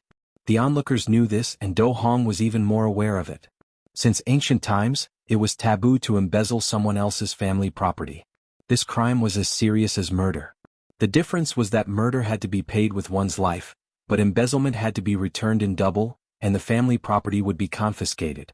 Dou Hong's expression changed, and the wrinkles under her lips turned into the shape of an 8. She no longer looked as calm and composed as before. In a panic she knelt down and said, "My lord, you've wronged me. Don't listen to this unruly commoner's nonsense." Yu Shu retorted, "How could I be spouting nonsense? The appraisal report that your family obtained from the Ji family was a fake to begin with. You falsely accused my godmother and conspired to steal my godmother's property. How are you being wronged? How dare you say that the Ji family's evaluation report is real?" County Magistrate Ma's eyelid twitched, and he felt something was wrong. He hurried to hit the gavel to stop the voice below, but he was still one step too late. Of course it's real. How could she say it was fake? If it was fake, didn't it prove that she had indeed falsely accused Zhao Hui and coveted her family property? Pa. Yu Shu sneered in her heart, just as Pei Jing said, the eldest daughter of the Dou family is greedy, and the youngest daughter is shrewish. They are both selfish. My lord, please investigate. Yu Shu gritted her teeth and dragged half of her numb body up. She propped herself up with her hands on the ground and looked up at County Magistrate Ma. She said angrily, "This Dou Hong insists that the Ji family's appraisal invitation is real, but the day before yesterday, I did obtain an appraisal invitation for my godmother's horoscope from 6 trading houses. If this Dou Hong did not collude with the Ji family to steal my godmother's fortune, could it be that the Ji family miscalculated my godmother's horoscope and misjudged her to be a jinx? If that's the case, then the Ji clan's title as the Yishui clan is nothing more than an empty shell to deceive the world." An empty shell to deceive the world. After a moment of silence, there was another uproar outside the yamen. The hubbub of voices almost covered County Magistrate Ma's astonished voice. Slap, slap. In the court. No noise. County Magistrate Ma looked at Yu Shu with a gloomy face. He didn't know whether to be angry or angry. How could this sloppy beggar have such a glib tongue? With just a few evaluation reports, he forced Dou Hong into a corner. Instead of arguing with the Dou family, she accused the Ji family. But he couldn't say that she wasn't from the Ji family. If the evaluation report was real, then it was the Ji family's misjudgment and tarnished their family's reputation. If the Ji family's evaluation report was fake, then it was the Dou family who colluded with the Ji family to steal their daughter's property and tarnish their family's reputation. Now, it was impossible to tell whether it was real or fake. Yu Shu lowered her head. Under the cover of her hair, a cold smile appeared at the corner of her mouth. Whether it was the Ji family or the Dou family, she couldn't escape this time. Who dares to say that my Ji family is deceiving the public? Right at that moment, An angry shout came from the Yamen entrance. The onlookers separated and saw two middle-aged men being escorted out by Yamen runners in date clothes and black hats. One had a pale face and was slightly chubby while the other had a beard. Both of them looked unhappy because of the criticism about their Ji family. "My lord, the second master of the Ji family, Ji Xiaochun, and the third master, Ji Hyotani, have arrived." Yu Shu turned her head to look at the two people who were striding towards her and lay back on the ground. She couldn't guarantee that Ji Hyotani wouldn't recognize her with her disheveled hair. County Magistrate Ma looked at the two people who came late and secretly let out a sigh of relief. He was afraid that if they had come a little later, Do Hong would have been coaxed by the wicked people to sell the Ji family. What he didn't know was that Ji Hyotani and Ji Xiaochun didn't come late on purpose. They were delayed because of a collision at the intersection. Ji Hyotani saw the situation as soon as he entered the hall. His second sister-in-law's eldest cousin, Do Hong, was standing on the side in a panic. A beggar was lying on the ground, presumably the one who lied. Staring at the back of Yu Shu's head, Ji Hyotani didn't think that this was his stepdaughter who was kicked out of the family not long ago. Instead, he was more concerned about why there were so many people gathered at the door. Ji Xiaochun frowned and looked at Do Hong. He turned to Yu Shu on the ground and said coldly, "Diaozi, was it you who sullied the reputation of my Ji family just now? Where did this dog come from?" He really didn't know his place. Yu Shu ignored him and said to County Magistrate Ma in a low voice, "I hope Darren will investigate this matter and give justice to my godmother." Ji Xiaochun wanted to say something but County Magistrate Ma coughed and interrupted him. Although it was his second brother-in-law in the hall, there were so many eyes watching. He couldn't show favoritism. "Is she from the Ji family?" Both of them said, "Yes." County Magistrate Ma raised his hand and pointed at Yu Shu on the ground. "This person accused your Ji family of colluding with the Do family 9 years ago. They made fake appraisals and slandered his godmother, Lady Zhao, by saying that her birth date was fake and helping the Do family to seize Lady Zhao's dowry property. There are witnesses, Huang Zhou, and 6 other shops made appraisals to prove that she is not a widow. Do you plead guilty?" Ji Xiaochun and Ji Hyotani looked at each other. The former stepped forward and said unhurriedly, "Reporting to Darren, our Ji family is not aware of this matter." Yu Shu narrowed her eyes. It seemed that these two people had discussed this on the way here and refused to admit it no matter what. But did they think that this matter could be cleared up with just one sentence? Reporting to Darren, Yu Shu said, "It was clearly the Ji family's shop that made the appraisals. Do Hong just admitted it herself and Uncle Huang testified. But now this Master Ji is saying that he doesn't know anything. Isn't he trying to lie?" "Humph." Ji Xiaochun snorted heavily. He looked calm on the surface, but he had a guilty conscience in his heart. He had some impression of what happened that year. Do Hong did come to him for help, but he was careful at that time and didn't show up. He asked 2 traders in the shop to do it and then he forgot about it. Who would have thought that this matter would be exposed again and jeopardize the family's reputation? He couldn't decide how to deal with it, so he looked up at County Magistrate Ma and gave him a look, hoping that his brother-in-law would give him a hint. County Magistrate Ma was in a dilemma. When he saw the look in Ji Xiaochun's eyes, he couldn't say anything. With so many pairs of eyes staring at him in broad daylight, everyone knew what was right and wrong. If he made a mistake, he would definitely be criticized. Last year, the emperor went to Jiangnan and dismissed several people who practiced favoritism and fraud, and some people were even beheaded. Nowadays, the most taboo in the officialdom was to cover up. It was fine if he didn't get found out, but if someone made a fuss about this matter, he might not be able to protect his reputation. County Magistrate Ma is a cautious man. After a quick consideration, he glanced at the people in the hall. His eyes glanced at Do Hong, Ji Xiaochun, and Ji Hyotani's faces one by one. He easily figured out the severity of the matter. He slammed the gavel and said, "Ji Xiaochun, you said your Ji family didn't know about it. Could it be that the people in the e-store were deceiving you?" As soon as these words came out, everyone in the hall turned pale. Yu Shu secretly sneered, "They are indeed a family. This County Magistrate Ma wants to exonerate the Ji family. In order to protect the Ji family's reputation, he actually betrayed Do Hong and chose to sacrifice the rook to save the king." Do Hong was not so stupid as to not understand what was being said. He turned to look at Ji Xiaochun in panic and met Ji Xiaochun's complicated gaze. Do Hong felt a chill in his heart as Ji Xiaogu stepped forward to answer on his behalf. "My lord, please investigate this matter. My Ji family indeed had no knowledge of this dirty matter. Since the appraisal invitation had been leaked from my Ji family's trading house, It must have been due to the selfish motives of someone in the trading house. At that time, they were enticed by someone else to come forward and give false testimony. I would like to ask Milord to investigate the case file and find that fake appraisal invitation. I would like to see which scoundrel dared to tarnish my Ji family's reputation and collude with the Do family to shamelessly seize other people's property. Do Hong turns around and sees Ji Hyotani's sharp eyes staring at her. Do Hong falls to the ground on her butt and her face turns pale. She knows that the Ji family is trying to distance themselves from her for the sake of their reputation. They want her to follow Ji Hyotani's righteous words. She is very fearless and proactively proposes to find out the truth, which immediately makes many onlookers outside the hall change their minds. Bang! Where's the registrar? Go to the back hall and look through the files of Zhao Hui's case 9 years ago. Bring the fake appraisal invitation to the hall. Hearing County Magistrate Ma's order, Yu Shu sneers again. If she can find the fake appraisal invitation, she will take advantage of the time when the streamer goes to the back hall to find evidence.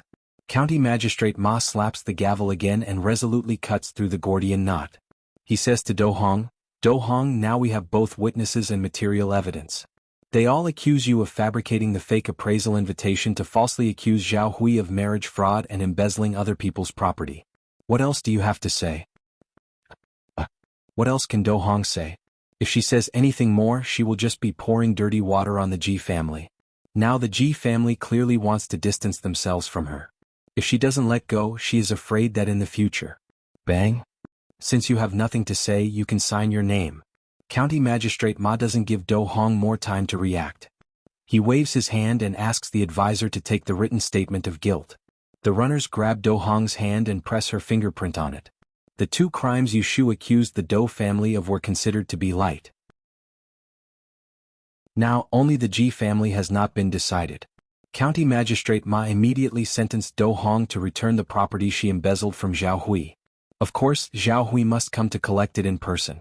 Yu Shu can't do it on her behalf. In addition, the Do family's property is confiscated and Do Hong is sentenced to 2 years in prison. She is directly dragged to the side by the runners to be beaten with a board. Do Hong is not as tough as Yu Shu. She lives like a princess and is not young. Her screams are heard later, giving people goosebumps. Yu Shu looks at this scene coldly. Finally, she stands up for Zhao Hui. She is angry, but she is also angry. Outside the yamen, people are still talking and arguing. It is noon, but the crowd shows no signs of dispersing.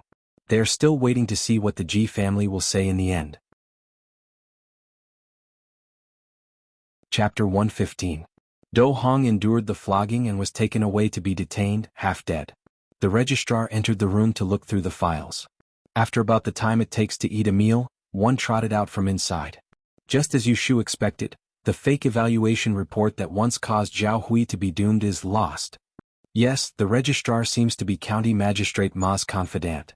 He knows that the item cannot be taken out to avoid unnecessary trouble. The files from 9 years ago only record the case and the Ji family's trading house as evidence. However, there is no detailed information about the identity of the Ji family customer who made the evaluation report for Zhao Hui. In this way, Ji Hyotani speaks with more confidence. Milord, the most important thing in our trading house is our reputation. The biggest taboo is to change people's fate on the evaluation report. Getting involved in this dirty business is like shooting oneself in the foot. Although the person who made the false testimony for Do Hong was from our Ji family's trading house, it was not ordered by the Ji family. Milord, please investigate this. Ji Xiaochun also says angrily, if I find out who did this, I will not forgive him. At this moment, the person he really does not want to forgive is Yu Shu, who made the Ji family a disgrace. Now the Ji family insists that they do not know anything. The person who made the fake evaluation report for Do Hong accepted her bribe and did something to damage the reputation of the Ji family. The Ji family is also the victim. Yu Shu does not say a word. She lies on the ground and quietly watches County Magistrate Ma's performance. County Magistrate Ma slaps the gavel and looks dignified. He says to Yu Shu, the document from 9 years ago was probably lost when sorting out the files. It can't be found now and I can't make a judgment. Do Hong has pleaded guilty. Although the fake evaluation report came from the Ji family's trading house, it must not have been ordered by the Ji family. Your accusation that the Do family colluded with the Ji family to embezzle the property of your godmother's family doesn't make sense. Therefore, I find the Ji family not guilty. What else do you have to complain about? What else was there to complain about? Not only County Magistrate Ma and the two from the Ji family, but the people outside the Yamen also felt that the drumming case should end here. After all, the Doe family, the main culprit of the false accusation of marriage fraud and embezzlement of an orphan girl's family property, had been convicted, and the family property had also been ordered to be returned. As for whether the Ji family ordered someone to make the fake evaluation report, there is no evidence now. But Yushu does not agree with them. "Milord, I have one more thing." County Magistrate Ma was stunned for a moment before he ordered the Yamen runner to retrieve it. He saw Yushu taking out another item from her bosom. He took a look at it and saw that it was another evaluation slip. It was different from the 6 that were placed next to him. This evaluation slip was square-shaped, with the Ji family's exchange shop's emblem embossed on it. "This is an evaluation slip from the Ji family's exchange shop. Please compare it with the 6 I presented earlier." County Magistrate Ma felt something was wrong. He frowned and spread out the evaluation reports on the table. He looked at them one by one and soon found a problem. Ji Xiaochun and Ji Hyotani did not know why County Magistrate Ma's expression suddenly changed. Yushu was waiting for this moment. She supported herself with her hands on the ground and slowly climbed up. She endured the pain and stood up shakily. She wiped the sweat on her forehead with her sleeve and took a deep breath. She said in a clear voice, "Milord, as you can see, this and the previous 6 were all evaluation reports made for my godmother by the trading houses on Vientiane Street. Although my godmother is not a jinx, her fate is not very good. When the trading houses measured my godmother's fortune, they all said that she would be hard-working and short-lived in middle age. The Liu family's and the Kong family's trading houses were very accurate. They both predicted that my godmother would meet with a great disaster this year and her life might be in danger. My godmother was indeed killed not long ago." At this time, it was much quieter outside the Yamen than before. Everyone was listening attentively to what Yushu wanted to say. With the help of a noble, my godmother tried to entice the 7 trading houses to give them more money. She asked them to tamper with the evaluation reports and change my godmother's life into a wealthy one. They lied that she would remarry. 6 of them rejected my godmother, but only one accepted the money and tampered with the evaluation report. It was the one I just presented to Milord. Yushu paused. She turned her head and looked at the 2 members of the Ji family. Her disheveled hair and dirty face hid a triumphant smile. "It's the one from the Ji family's trading house." There was a buzz outside the Yamen again. Changing a short life into a wealthy one and for someone to remarry, this was too ridiculous. What Yushu did was actually very unreasonable. Who would deliberately go to a trading house to bribe someone to make a fake appraisal report for her? It was fine if she did it, but why did she have to say it in public? But in this kind of situation, the unreasonable became the reasonable, and the unspeakable became the acceptable. Originally, by kicking Do Hong, the Ji family had more or less cleared themselves of any involvement in the case from 9 years ago. Now, with this incident, it was tantamount to putting a pot of dirty *tea on their heads. Seeing that the situation was not good, Ji Xiaochun stared at Yushu with anger and a little panic.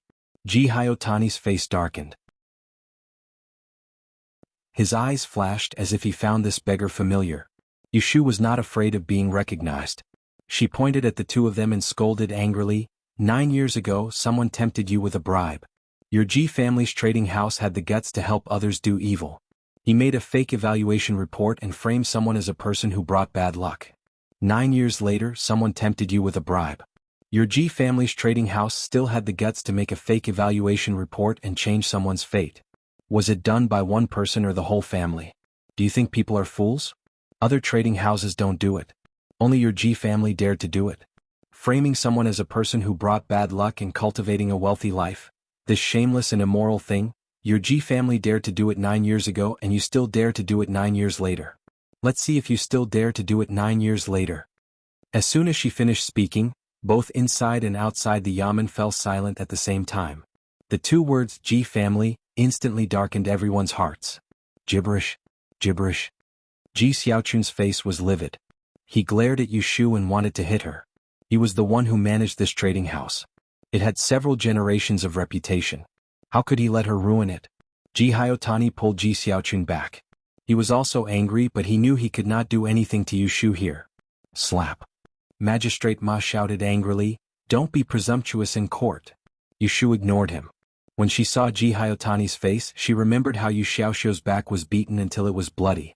She cried and told him that she didn't want to stay in the G family anymore. How they forced her to become the concubine of their precious 4th Mississippi. How Zhao Hui ended up in such a tragic state. Also, how she was beaten half to death and thrown out of the G family like a dog. Her face was flushed and her eyes were cold. She took a step forward and gritted her teeth. In Yang City there are 3 major trading houses. The Liu family and the Kong family are both worthy of their name. Only your Ji family deceives the world and pretends to have evil intentions. You don't deserve to be called an aristocratic family. You've humiliated Yi Feng. What bullsh** Ti Feng family? Tui. She spat a mouthful of phlegm on Ji Hyotani's chest. The onlookers outside the yamen were dumbfounded. Such humiliation would probably make them the biggest joke in Yang City in the future. Ji Hyotani looked down at the phlegm on his body. His face turned green. This time, not only did Ji Xiaochun want to hit someone, he wanted to kill someone. You. Forgetting that he was in court, Ji Hyotani raised his hand high. When he was about to swing it down, the person in front of him suddenly rolled his eyelids and fell to the ground. "Milord," he fainted. A bailiff came forward and checked Yushu's eyelids. He said to Magistrate Ma, who was stunned. Looking at the man who had fainted on the ground, Ji Xiaogu froze in place. A mouthful of blood was stuck in his throat, and he wanted to punch himself twice to spit it out. Magistrate Ma felt a throbbing pain in his head. He had handled many cases in his years as a magistrate, big and small, but he had never encountered such a case. A tattletale almost angered everyone in the court to death. But he didn't know what to do with this scoundrel. Outside the yamen, everyone was whispering and pointing. Most of them were talking about the Ji family. Naturally, their words were not pleasant to hear. This kid is young, but his brain works fast. However, he is so unforgiving. He is too vicious and lacks kindness. When he heard this evaluation, Shui Rui, who was staring blankly towards the side, turned his head to look at Su Li, who was standing behind him at an unknown time, and the corners of Shui Rui's mouth curled into a ridiculing smile as he said indifferently, "Since you're seeking revenge, then who are you showing it to?" Su Li glanced at him with disapproval and said, "Young master, get in the carriage. We should leave. There's no rush." As soon as Shui Rui finished speaking, he heard a cry resound out from the crowd, and then a thin and pitiable woman squeezed out of the crowd and staggered as she ran into the public hall, and a robust female servant chased after her. Xiaoyu. Magistrate Ma was worried about how to deal with Yushu when he saw a sickly woman lying beside Yushu and crying in the court. "But who is this in the court? This woman is Zhao Hui."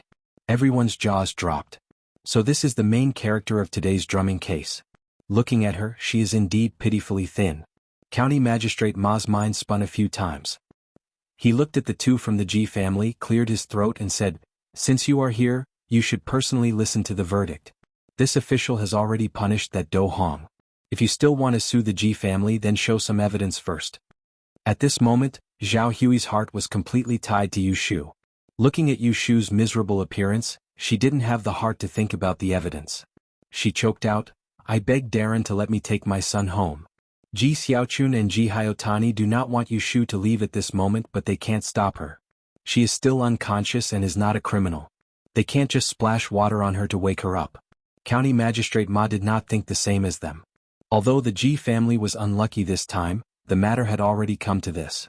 If they continued to make trouble in the court, he would be the one with a headache. He should take this opportunity to close the case and drive them away first. Well, this official will now find the Ji family not guilty. "Zhao Hui, sign your name." Zhao Hui pressed her fingerprint on the document and let the strong servant who came with her carry Yushu on his back. They squeezed out of the crowd and left. Pei Jing's carriage is waiting for them in the opposite alley. "You also sign your names." Magistrate Ma said to Ji Xiaochun and Ji Hyotani, who have dishes in front of him. Ji Hyotani gritted his teeth and suppressed his anger. He took the document and glanced at it. His eyes fell on a name. "Yushu?" These 2 words made him suspicious. He thought back to where the familiar feeling came from when he looked at the beggar, and his eyes suddenly widened. Chapter 116. As soon as Zhao Hui left with Yushu, there were some people following behind them. They saw them board a horse carriage across the street and disappear into the deep alley. Then Ji Xiaochun and Ji Hyotani also left with stiff faces. As soon as the door of the yamen was closed, the yamen runners chased after them for a while, and the crowd dispersed. However, some of them still felt unsatisfied, so they returned to the Vientiane street and told the story of the unjust case of beating the drum to those who were unable to make it. In less than an afternoon, the entire Vientiane street would know that the Ji family's exchange shop had been sued to the Yamen for helping someone make a fake appraisal report, falsely accusing an orphan girl of cheating her marriage, and helping someone embezzle her family's property. The person who filed the lawsuit against the Ji family was the beggar from the One Dao and One Begging group that went on a killing spree in the Baron Casino a month ago. These are all for later. First, when Yushu boarded the horse carriage, she opened her eyes to the sound of Zhao Hui crying. She laughed in a hoarse voice, "Aunt Hui, don't cry. Don't you know that I was pretending? Otherwise, why would they let me go?" Zhao Hui didn't mind the dirt on her body. She pulled her into her arms and held her head. She sobbed, "Who asked you to beat the drum and cry out for justice in my place? Who asked you to be beaten? Do you want me to die?" Yushu was in her chest and her butt was burning in pain. However, her heart was unprecedentedly free. There was no longer anything stuck in her heart. The anger of the Ji family was vented on Zhao Hui. She laughed, "What are you sad about? You should be happy. The Dou family finally got their retribution. They should have a taste of your bitter past." It's not only the Dou family who got their retribution. The horse carriage stopped at a secluded corner and Pei Jing boarded the carriage. "Mr. Pei." Yushu wanted to get up from Zhao Hui's lap, but her butt was swollen and it was difficult to move. "Just lie there," Pei Jing said. He sat down opposite them and stared at Yushu, looking at her again and again. Yushu felt guilty under his stare and closed her eyes. "Hee hee," Pei Jing said with a deeper meaning, "I didn't expect you to think of such a method. You led everyone to the Yamen and forced Magistrate Ma to not dare to openly show favoritism. You even embarrassed the Ji family in front of so many people." Yushu opened her eyes a slit and looked at Pei Jing. She wasn't sure if he knew that she was the beggar, so she played dumb and said, "Speaking of which, it was Sir who told me about the One Dao, One Beggar. That gave me an idea. Fortunately, that group of people didn't know what was good for them. When they saw me win 2 rounds, they mistook me for that person and followed me obediently." It wasn't that she didn't believe Pei Jing, but Jing Chen was involved. If she really admitted that she was the beggar, how could she explain the Taoist? She would have to take back her lie. She might as well pretend to be ignorant to the end. Pei Jing looked at her suspiciously and swallowed the matter. He then asked something else. "Ashu, let me ask you something. Do you have a grudge against the Ji family?" After sending Yushu off in the morning, he went to the main hall of the Chamber of Commerce. As soon as he heard the commotion at the Yamen, he rushed over and became a spectator outside. He was present during the whole trial. He couldn't help but be secretly shocked as he watched the scene. How old was this child? She was already so scheming. Although Do Hong wasn't a smart person, she was almost played by her in the court. Several times she lured her to say things she shouldn't. He always thought that Yushu was a good child with a good temperament. Now it seemed that it wasn't the case at all. Especially when he saw her bite the Ji family in the end, it made him, a man who had been in the business world for a long time, feel a chill down his spine. His intuition told him that it wasn't just for the sake of Zhao Hui. She must have a personal grudge against the Ji family. Zhao Hui knew about Yushu's background and had been helping her hide it. Now that she heard Pei Jing's question, she felt a little uncomfortable. Yushu sensed it and hesitated for a moment before saying, "My and Xiaoxiu's biological father passed away early. A few years ago, my mother was chosen by the 3rd master of the Ji family and was taken in as a concubine by the Ji family." Pei Jing was very surprised. He didn't expect that Yushu's background would be like this. "Then your relationship with the Ji family is?" After all, Yushu borrowed Pei Jing's east wind to settle the Ji family. When he asked, she could not answer, so she roughly explained, "A few months ago, I did something wrong and was driven out by the old madam in a rage. Later, I met Aunt Hui and was taken in by her. Then the Ji family took me back and forced me to be a concubine of a family in the capital. They also beat up Xiaoxiu. Later, the marriage didn't go through and we were driven out." This was also the first time that Zhao Hui heard Yushu talk about how the Ji family forced her to be a concubine. As soon as she heard it, she got angry and stopped crying. She said angrily, "Is the Ji family still a thing?" Pei Jing also felt that the Ji family had gone too far, but he was more emotional about Yushu. She was the kind of person who would definitely take revenge after suffering a loss. She was the kind of person who shouldn't be trifled with. She was still young and didn't have enough ability. If she had something to rely on in the future, it would be really scary. However, she was also very loyal to Zhao Hui. She was the kind of person who was most worth befriending. She was the kind of person who would repay kindness. It was a pity that these two personalities were born in the same person. If it was a man, he would definitely be able to rule over a region. However, since she was born as a woman, she would eventually have to bow down to a man. When Ji Xiaochun and Ji Hyotani returned to the Ji family, they didn't dare to tell old lady Ji about what happened at the yamen. They were afraid that she would be so angry that she would pass out, so they decided to hide it from her. Ji Xiaochun went to find Ji Xiaohan to discuss it, while Ji Hyotani returned to the west courtyard. He went to the little west pavilion and threw a tantrum in Aunt Chui's room. After smashing a few utensils, he left the weeping Aunt Chui behind and went back to his room to ask the servants to boil water for a bath. Before he could remove half of his clothes, a servant came from outside the room to report that there was an urgent matter. Ji Xiaogu walked to the door with a dark expression. When he heard the servants muttering, his expression changed several times. Is there a mistake? You saw with your own eyes that the beggar appeared in our gambling house and took someone away? Yes, master, it was that beggar. I didn't expect that he would go to the yamen to complain. No wonder he came to our gambling house to smash our signboard. He has been holding a grudge against you for a long time. What happened to you, master? Go back to work. Ji Hyotani went back to his room with his hand on his forehead. His mind was in a mess. The girl he had just driven out a while ago was actually the beggar who won 40 rounds in his gambling house that day? No, it couldn't be her. How could it be her? How could she have the ability to do that? She must have heard about the one Dao and one beggar, so she did it on purpose. Someone must have helped her to win. Yes, it should be like this. Thinking of this, Ji Hyotani's expression became a little better. He poured a cup of tea to calm himself down. As he drank, he sneered. Finally, he stood up and threw the cup on the ground. Bang! Yu Shu and Zhao Hui left the yamen. They didn't go back to Pei Jing's mansion. Instead, they were taken to another residence in the south of the city. Yu Xiaoxiu had been sent to the room first. He was waiting restlessly in the room. When he saw Yu Shu being carried in by someone, he stood up abruptly. Jin Bao, who had been lying on his knees, flipped over and fell to the ground with a squeak. He angrily used his tail to hit the tip of Yu Xiaoxiu's shoes and went under the table to sulk. Sister, what happened to you? How did you end up like this? Yu Xiaoxiu's mouth flattened and his eyes turned red. Shut up. Go get a basin of water. Yu Shu didn't have the energy to deal with a crying bag. Oh. After taking off her dirty clothes, Yu Shu was stuffed under the quilt. Pei Jing had prepared the medicine early in the morning. Zhao Hui sat on the bed and lifted the quilt. When she saw Yu Shu's red and purple but her tears fell again. Yu Shu knew that she was crying even with her eyes closed. She was helpless. Ever since Zhao Hui had a near-death experience, it was as if she was made of water. She often shed 2 drops of tears. She didn't like people crying, but she couldn't lose her temper at Zhao Hui, so she had to endure it. Sister, the water is here. As soon as she heard Yu Xiaoxiu's voice, Yu Shu quickly pulled the quilt up. Put it on the side of the bed and go out. Close the door. Ah. Yu Xiaoxiu understood and said reluctantly, Can I not go out? Yu Shu opened her eyes and glared at him. She was about to die from the pain. If you don't go out, are you going to stand on the side and wait to see my naked butt? Do you believe that I won't beat you up when I'm done? Earlier in the yamen, he had only been focused on the battle of words.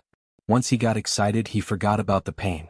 Now that he had gone over, he couldn't take it anymore. He couldn't lose his temper at Zhao Hui, so he could only be fierce at her. Yu Xiaoxiu saw the fierce look on her face and didn't dare to argue. He obediently pulled Kim Bao out from under the table and went out to close the door. Zhao Hui and the servant woman arranged by Pei Jing cleaned Yu Shu's body and applied medicine. Halfway through, Yu Shu fell asleep. When she woke up, it was already night time. The mud on her body had been wiped clean and she felt refreshed. Of course, except for her butt. Zhao Hui was still sick, so she didn't accompany Yu Shu. Yu Xiaoxiu had returned to the room. When Yu Shu opened her eyes, she saw him sitting on the table and making Kim Bao do somersaults. Kim Bao was very uncooperative. It was a small ball on the table and refused to move. When Yu Xiaoxiu poked it, it would move away. When Yu Shu poked it again, it would turn over and lie on all fours. In Yu Shu's opinion, this little thing was a classic example of non-violence and non-cooperation. If you treated it well, it would get angry. If you knocked its head twice, it would be obedient. Of course, if you gave it a silver grain, the effect would be better. Hee hee. Yu Shu suddenly laughed foolishly. When Yu Xiaoxiu heard this, he immediately left Kim Bao and ran to the bedside. Sister, you're awake. Yes. Yu Shu's butt was injured, so she could only lie on her side. She raised her hand to touch his head, but she couldn't reach it. When Yu Xiaoxiu realized this, he consciously lowered his body and lay on the side of her bed so that she could put her hand on his head. He was much more obedient than Kim Bao. Yu Shu rubbed his hair and felt her palms soften. She smiled and said, "Xiaoxiu, I helped you vent your anger this morning." Yu Xiaoxiu's eyes widened. He knew that Yu Shu had helped Zhao Hui in the lawsuit, but he didn't know what happened in the yamen that morning. Chapter 117. After winning the lawsuit against the Dou family, Pei Jing had Xing Qi follow Zhao Hui to the yamen the next day to hand over the dowry list. County Magistrate Ma hid in the back hall and didn't show up. The advisor sent a bailiff to follow Zhao Hui to the Dou family's house to count the belongings. The Dou family's people went to the prison early in the morning to see Dou Hong, so only the Dou family's eldest son-in-law was there. The bailiff brought out the documents and forced him to open the storehouse and find the housekeeper to get the account books. Xing Qi's men moved everything that needed to be moved in one morning. The extra compensation was converted into silver taels. This amount was calculated by Pei Jing's people long ago. Zhao Hui's dowry back then was quite rich because of the family's property. Because the Dou family's business hadn't been good these past few years, the family's wealth had decreased. In the end, after calculating everything, they still couldn't come up with less than 600 taels. The eldest son-in-law originally wanted to deny it, but Xing Qi directly pointed at the family's ancestral home and estimated the location. He wanted the eldest son-in-law to get the land deed. The eldest son-in-law almost fainted. The bailiff, who had been bribed by Xing Qi beforehand, scolded him a few times and then signed on the promissory note Xing Qi wrote. He didn't even look carefully at what was written on it. As soon as they left the Dou family's house, Xing Qi and Zhao Hui were watched. The people who were following them watched them bring the carriages of belongings back to a house in the south of the city before going back to report. At lunchtime, Yu Shu lay on her stomach on the bed and took the promissory note from Zhao Hui. She looked at the black and white words on the note and smiled as she flicked the paper. She turned her head and said to Zhao Hui, "Tomorrow have Mr. Pei send someone to the prison to pick up Dr. He." Zhao Hui was happy but also worried. Dou Lu isn't that easy to talk to. I'm afraid whether she's easy to talk to is Dou Hong's business. Yu Shu rested her head on her arm and said, "Mr. Pei has already investigated. The Dou family shops are all losing money. Today we moved the storehouse again and the yamen searched and confiscated it. There's only that shabby house left. With this promissory note, if they don't pay in cash in 3 days, we'll have people take over the house. Do you think they'll be willing to live on the streets and be beggars, or do us a favor and withdraw the lawsuit against Dr. He and guarantee them a house? No matter what, they won't make a loss. Even if Dou Hong doesn't consider herself, she has to consider her children. She can't expect the Ji family to help them. With how harsh the Ji family was, if their reputation was ruined this time, they would definitely resent the Dou family as well. They wouldn't be relatives anymore."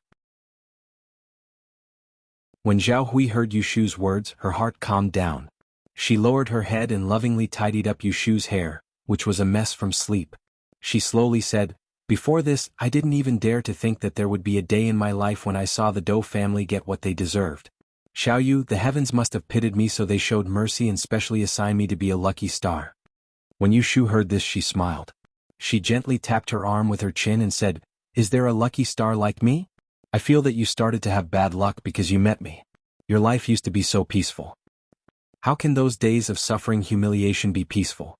Zhao Hui shook her head. "Now, my heart is really peaceful." Yu Shu turned her head and looked at Zhao Hui's gentle eyes. She seemed to be able to feel the calmness in her heart. Suddenly she asked, "Aunt Hui, when this matter is over, are you willing to leave Yang with me and go to the capital?" This was the first time that Yu Shu had mentioned going to the capital in front of Zhao Hui. Because she had planned to leave for a long time, she had offended the Ji family without hesitation. Now Ji Hyotani must have recognized her and was thinking of ways to teach her a lesson. As for Zhao Hui, Pei Jing had talked to her in private yesterday. He would find a day to hold a banquet and recognize Zhao Hui as his sworn sister. With his protection, the Ji family couldn't do anything to Zhao Hui. She was safe in Yang City. But she couldn't stay in Yang for long. The Ji family wouldn't let her go no matter what. Once this matter was over, she would leave with Yu Xiaoxiu. Whether Zhao Hui was willing to go to the capital with them or not, she had to ask her personally. Go to the capital? Zhao Hui was surprised. "You and your brother are going to the capital?" Yu Shu's eyes lit up. "Yes, I'm going to the capital. It wasn't just to avoid the sharp edge, nor was it because she had promised to help Qing Zheng find the Book of Mystic Maiden's 6 wrens. The capital was the place where all the exchanges in the world converged. There were many talents in the Great Yen examination, and there were many hidden dragons and crouching tigers in Taisher Library. The Celestial Commissioner was the place with the highest exchanges in the world. She really wanted to see and learn for herself. She had a premonition that there would be more breakthroughs in the laws of algebra when she went there. Zhao Hui looked awkward. She opened her mouth to say something, but when she saw Yushu's expression, she swallowed her words and nodded. As long as you aren't afraid that I'll be a burden, I'll go with you to the capital to take a look. Yushu's heart was yearning, so she didn't notice the hesitation on Zhao Hui's face. When she heard her agree, she smiled and grabbed her hand. How can you be a burden? When your body gets better, we can walk slowly on the way. We can even have fun on the way. Zhao Hui saw that she was happy, so she smiled as well. However, her smile didn't last for a moment before she suddenly stopped. She seemed to have thought of something and asked Yushu nervously, if the third master of the Ji family recognizes you and your mother is still in the Ji family, will he take it out on her? Yushu shook her head and said calmly, Ji Hyotani is the smartest one in the Ji family. He can't wash his dirty linen in public. If the first and second branch found out that I was the one who sued the Ji family yesterday, he would be scolded by old lady Ji first and be blamed. He would definitely hide this matter and wouldn't do anything to my mother. At most, he would scold her a little to vent his anger. The more guilty he is, the safer my mother will be. She was sure of the relationship between them, so she could spit on Ji Hyotani yesterday and watch his blood vessels burst. Not only that, when she left the Ji family, she deliberately asked Aunt Chui for her birth date so that she could predict her misfortune. Last night she even divined for her. If something really happened to her, she would be the first to know. After all, Yu Xiaoxiu still cared about his biological mother, so she wouldn't care about Aunt Chui's safety. In the afternoon, Pei Jing sent someone to the prison with the IOU signed by the eldest son-in-law of the Dou family and talked with Dou Hong. Things went smoother than expected. Dou Hong took the initiative to ask someone to go to the Dou family to find Dou Lu. The two sisters talked in the prison. No matter what the process was, Dou Lu went to the Yamen early the next morning to ask for the IOU. At noon that day, He Fangji was released from the prison. Zhao Hui was still sick and insisted on picking him up personally. In the carriage the two met. Seeing the haggard and unshaven He Fangji, Zhao Hui cried again. Although He Fangji had spent a few days in prison, seeing that Zhao Hui was safe and in good spirits, He Fangji hurriedly comforted her for a while and asked her what had happened. There were only the two of them in the carriage. Zhao Hui told him from beginning to end, including how Pei Jing owed her late father a favor and how Yushu sued the Dou family in court. He Fangji sighed repeatedly. Finally, when she told him about the Dou family's fate, He Fangji clapped his hands and shouted, "Evil people get what they deserve." Zhao Hui smiled through her tears and said, "There is a person who punishes evil and upholds good." He Fangji nodded and said, "Mr. Pei knows how to repay kindness. Xiao Yu is affectionate and righteous. Indeed, she punishes evil for you." Zhao Hui looked at him and lowered her head. "I am talking about you." He Fangji was stunned and blushed. Ashamed, she said, "How can I be called that? I hurt someone rashly and still need you to run around for me. I'm really ashamed." "You were protecting me." Zhao Hui recalled that day when he stood in front of her bed. Because someone bullied her, he was not his usual gentle self and angrily hit the person. Her heart was still warm.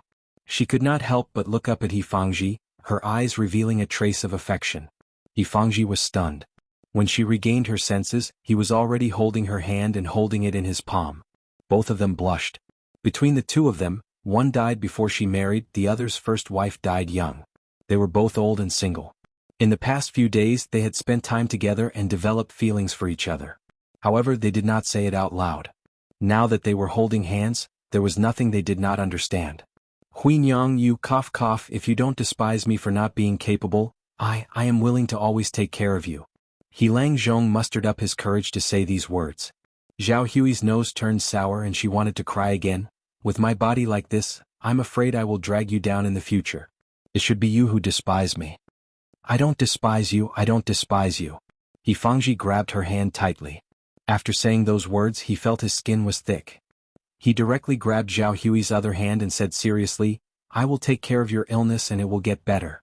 If you agree, when we go back, I will look for an auspicious day in a barter shop and hire someone to be a matchmaker. The sooner I can properly take care of you, my father passed away early. My mother's body is very good and she has a good temper. You can tell just by looking at me. A while ago when I mentioned you to her, she even teased me. If we can be together, it will be her wish. Yifangji often stayed at the medical shop and didn't go home for days. Because of this incident, his old mother didn't know about it. She just thought that her son was busy and didn't go out to look for him. Earlier, Pei Jing had someone bring a message that he was safe, so the old mother didn't suspect anything. Hearing this, Zhao Hui's eyes became wet again. She almost wanted to agree, but she suddenly remembered that Yushu had mentioned going to the capital yesterday. She froze on the spot, thinking, if I get together with Lang Zhong, then I will have to stay in Yang City to take care of his mother until she gets old. How can I go to the capital with little Yu then? Yifangji saw that she didn't say anything and panicked. He was about to say something but his hand was pushed away by Zhao Hui. He was stunned and carefully probed. Xinyang? We don't match. Zhao Hui forcefully found an excuse, but her mouth was bitter. The happiness on Yifangji's face suddenly disappeared. He knew that he was rejected. Looking at Zhao Hui with her head down and no expression, he was puzzled. He didn't know what he said wrong. Just now it was still good. Zhao Hui was obviously interested in him. Why was she not willing when he said it clearly? Chapter 118. Yushu had been recuperating in bed for the past few days. She had specially asked for Pei Jing, Madame Qin, and Dr. He's birth dates and 8 characters. She had used this time to calculate their horoscopes. The time of calamity rule was very useful, but it had an obvious drawback like the clear rain rule, and that was that it had a time limit. It could only calculate the disasters within half a year, and it would be very inaccurate after that. Yushu spent a whole 3 days calculating the disasters that the 3 of them had experienced in the past half a year, and highlighted the serious ones. For example, Madame Qin would have a serious illness because of a cold in a month, and Pei Jing would lose a big business 2 months later because of a villain. Only Dr. He's half a year was smooth and there were no disasters. Of course, Yushu would not directly show these to them. After organizing them, she noted down when and what to guard against. As long as they were careful, they would be able to avoid it. On the other hand, Yushu found that the time of calamity rule was useless for Zhao Hui. She guessed that this was probably because Zhao Hui, who was supposed to have died in the previous accident, survived, and so her horoscopes were not accurate. Pei Jing found time to come over today. Because Yushu was a generation younger than him, there was no need to be afraid of anything. He directly entered the bedroom to see her. This place was his and he did not need to be notified. He knocked on the door and entered the room. Yu Xiaoxiu was feeding Kim Bao. He saw Goldie on the table and jumped in shock. Why are you playing with mice? His shout scared Kim Bao and with a whoosh, he hid under the table. Yu Xiaoxiu stood up with his hands behind his back and looked at Pei Jing awkwardly. He did not know how to explain the matter of raising mice, so he turned to his sister for help. Sir, you saw wrongly. Yushu smiled. That is not a mouse that steals food. It is another kind of mouse and it is quite clean. Xiaoxiu likes it so we raised it for fun. Yu Xiaoxiu looked at Yushu and muttered to himself, you were the one who wanted to raise it in the beginning. Really? After listening to Yushu's explanation, Pei Jing didn't make a fuss. In his early years of doing business in the north and south, he had seen many people raising strange monsters. There were people who raised snakes and wolves, so raising a mouse wasn't a big deal. Sir, you came at the right time. I have something for you. Yushu took out 2 sheets of paper from a stack of books at the head of the bed and handed them to Pei Jing. She had asked Yu Xiaoxiu to rewrite them with a brush, not her messy charcoal handwriting. What does it say? Pei Jing took a look and saw that there were words like, be on guard against villains on a certain month and a few days, don't ride in a carriage on a certain month and a few days, and so on. There were 7 or 8 of them. Yushu had already prepared an excuse. Didn't I ask for your horoscope the other day? Since I'm free, I read it for you and your wife. I don't know if it's accurate or not. It's always good to be careful. Pei Jing nodded and carefully kept the 2 sheets of paper. He didn't tell Yushu that he had donated money to the Day Exchange shop every month to ask for the safety of his wife and children. Although it didn't mean that they would be safe, it was better to be safe. Xiaoxiu, go out and play first. I have something to say to your sister. Pei Jing said. Yushu waved her hand at Yu Xiaoxiu and he grabbed Kim Bao from under the table and left. Pei Jing sat down at the round table and looked at Yushu, who was lying on the bed. He said, the Ji family's trading shop has been very quiet these few days. I sent someone to ask around and found out that the Ji family has left a few traders. The Liu family and Kong family's trading shops have a lot of visitors these few days. It's a free bargain. Yu Shu laughed. That's good. I'm afraid the trading shops on Vientiane Street won't dare to accept money to make fake appraisals for a long time. That day at the court, she presented 7 appraisals to County Magistrate Ma. She even claimed that she bribed 7 trading shops to change Zhao Hui's life into a wealthy one, and only the Ji family agreed. This was true, but the money she gave to the Ji family was 10 times more than what she gave to the other 6 families. With 200 taels of silver, not to mention changing a life of toil to a life of wealth, she could even change a dog's sh*t life into a joss stick. There was a saying that only a thief could be called a thief if he was caught. Ji Yunshu had exposed the Ji family and caused such a huge commotion. Killing the chicken to warn the others was more or less a wake-up call for those who ran the trading shops. It was a warning to them that if they had money to spare, they should not reach out. Seeing that she was still able to smile, Pei Jing said, "Don't be too happy yet. There are already people watching the outside of this residence. They are undoubtedly people from the Ji family. They are just waiting for you to come out." Yu Shu said without fear, "Then let them wait." Seeing her relaxed expression, Pei Jing smiled and said, "I have already made arrangements. 10 days later, there will be a caravan from Tihan heading to the capital. You and Xiaoxiu will pretend to be the nephew of the 7th. I will also arrange for a bodyguard to protect you all the way to the capital." Yu Shu happily said, "That's great. I will tell Aunt Huai later." Pei Jing curiously asked, "You still haven't told Huinyang that you are going to the capital?" "I have told her before. I want to tell her when to leave and let her prepare." "Prepare?" Pei Jing finally understood and immediately frowned. "She is going with you?" "Yes, Sir Pei, don't worry. Xiaoxiu and I will take good care of Aunt Huai." Yu Shu looked at Pei Jing and knew that he was worried about Zhao Hui's bumpy journey. Pei Jing opened his mouth and looked like he wanted to say something but stopped. He tilted his head and whispered to himself, "Did I see wrongly? It can't be the 2 of them." Yu Shu leaned forward. "What did Sir say?" Pei Jing glanced at her and calculated in his heart. He turned his head to look at the door and cleared his throat. "That he Longzhong, isn't he interested in Huinyang?" Pei Jing's words were too subtle and Yu Shu did not understand immediately. But with her hesitation, Pei Jing immediately felt awkward. He was a 40-year-old old man, and he was discussing the relationship between a man and a woman behind his back. Wasn't he just eating his fill? With this thought, Pei Jing no longer had the mood to gossip. He stood up and said, "You can discuss the matter of going to the capital with Huinyang. I will leave first. I will prepare the luggage for you." "Okay, thank you, sir." Yu Shu watched as Pei Jing left and turned over to lie down for a while. She thought about what he did not say and suddenly sat up. "Yes." She gasped and covered her butt. She gritted her teeth and whispered, "It can't be. Does He Longzhong and Aunt Huai actually like each other?" After He Fangji was released from prison, she went home to visit her mother. The next day she reported to Zhao Hui. Under the guise of treating Zhao Hui's illness and decocting medicine, she wandered around Zhao Hui all day long. Yu Shu, who was lying in her room, couldn't see her. Yu Xiaoxiu, who saw her, couldn't understand. That night, during dinner, Zhao Hui and He Fangji were at the same table. Yu Shu moved out of the room and was supported by Yu Xiaoxiu as she limped out of the room. "Why don't you eat in the room? Do you want to sit outside? I will find a cushion for you." Zhao Hui was about to get up to find a soft cushion for Yu Shu to sit on, but He Fangji reached out to stop her. "I'll go get it. You sit." In just a moment Yu Shu understood. She secretly laughed at herself and hung her head on Yu Xiaoxiu's shoulder. She moved to sit on the round stool that He Longzhong had prepared. While eating, she looked back and forth at the 2 of them. The more she looked, the more she understood. With the way Longzhong gave Zhao Hui 3 bites for every bite, even a blind person could see that he was interested in Zhao Hui. However, why did she not seem to be interested in Zhao Hui and was a bit cold to Longzhong? Could it be that the man had feelings for the woman but the sister had no feelings for him? Actually, from Yu Shu's point of view, He Fangji was a good person. He was a few years older than Zhao Hui, had a squarish appearance, was upright and was skilled. Most importantly, he had saved a damsel in distress. He wasn't a good-for-nothing. If he really wanted to be a couple with Zhao Hui, there was nothing wrong with it. Fine, she would first sound them out before anything else. Yu Shu picked up a few mouthfuls of rice and casually asked, "Longzhong, I didn't ask, but who else is there in your family?"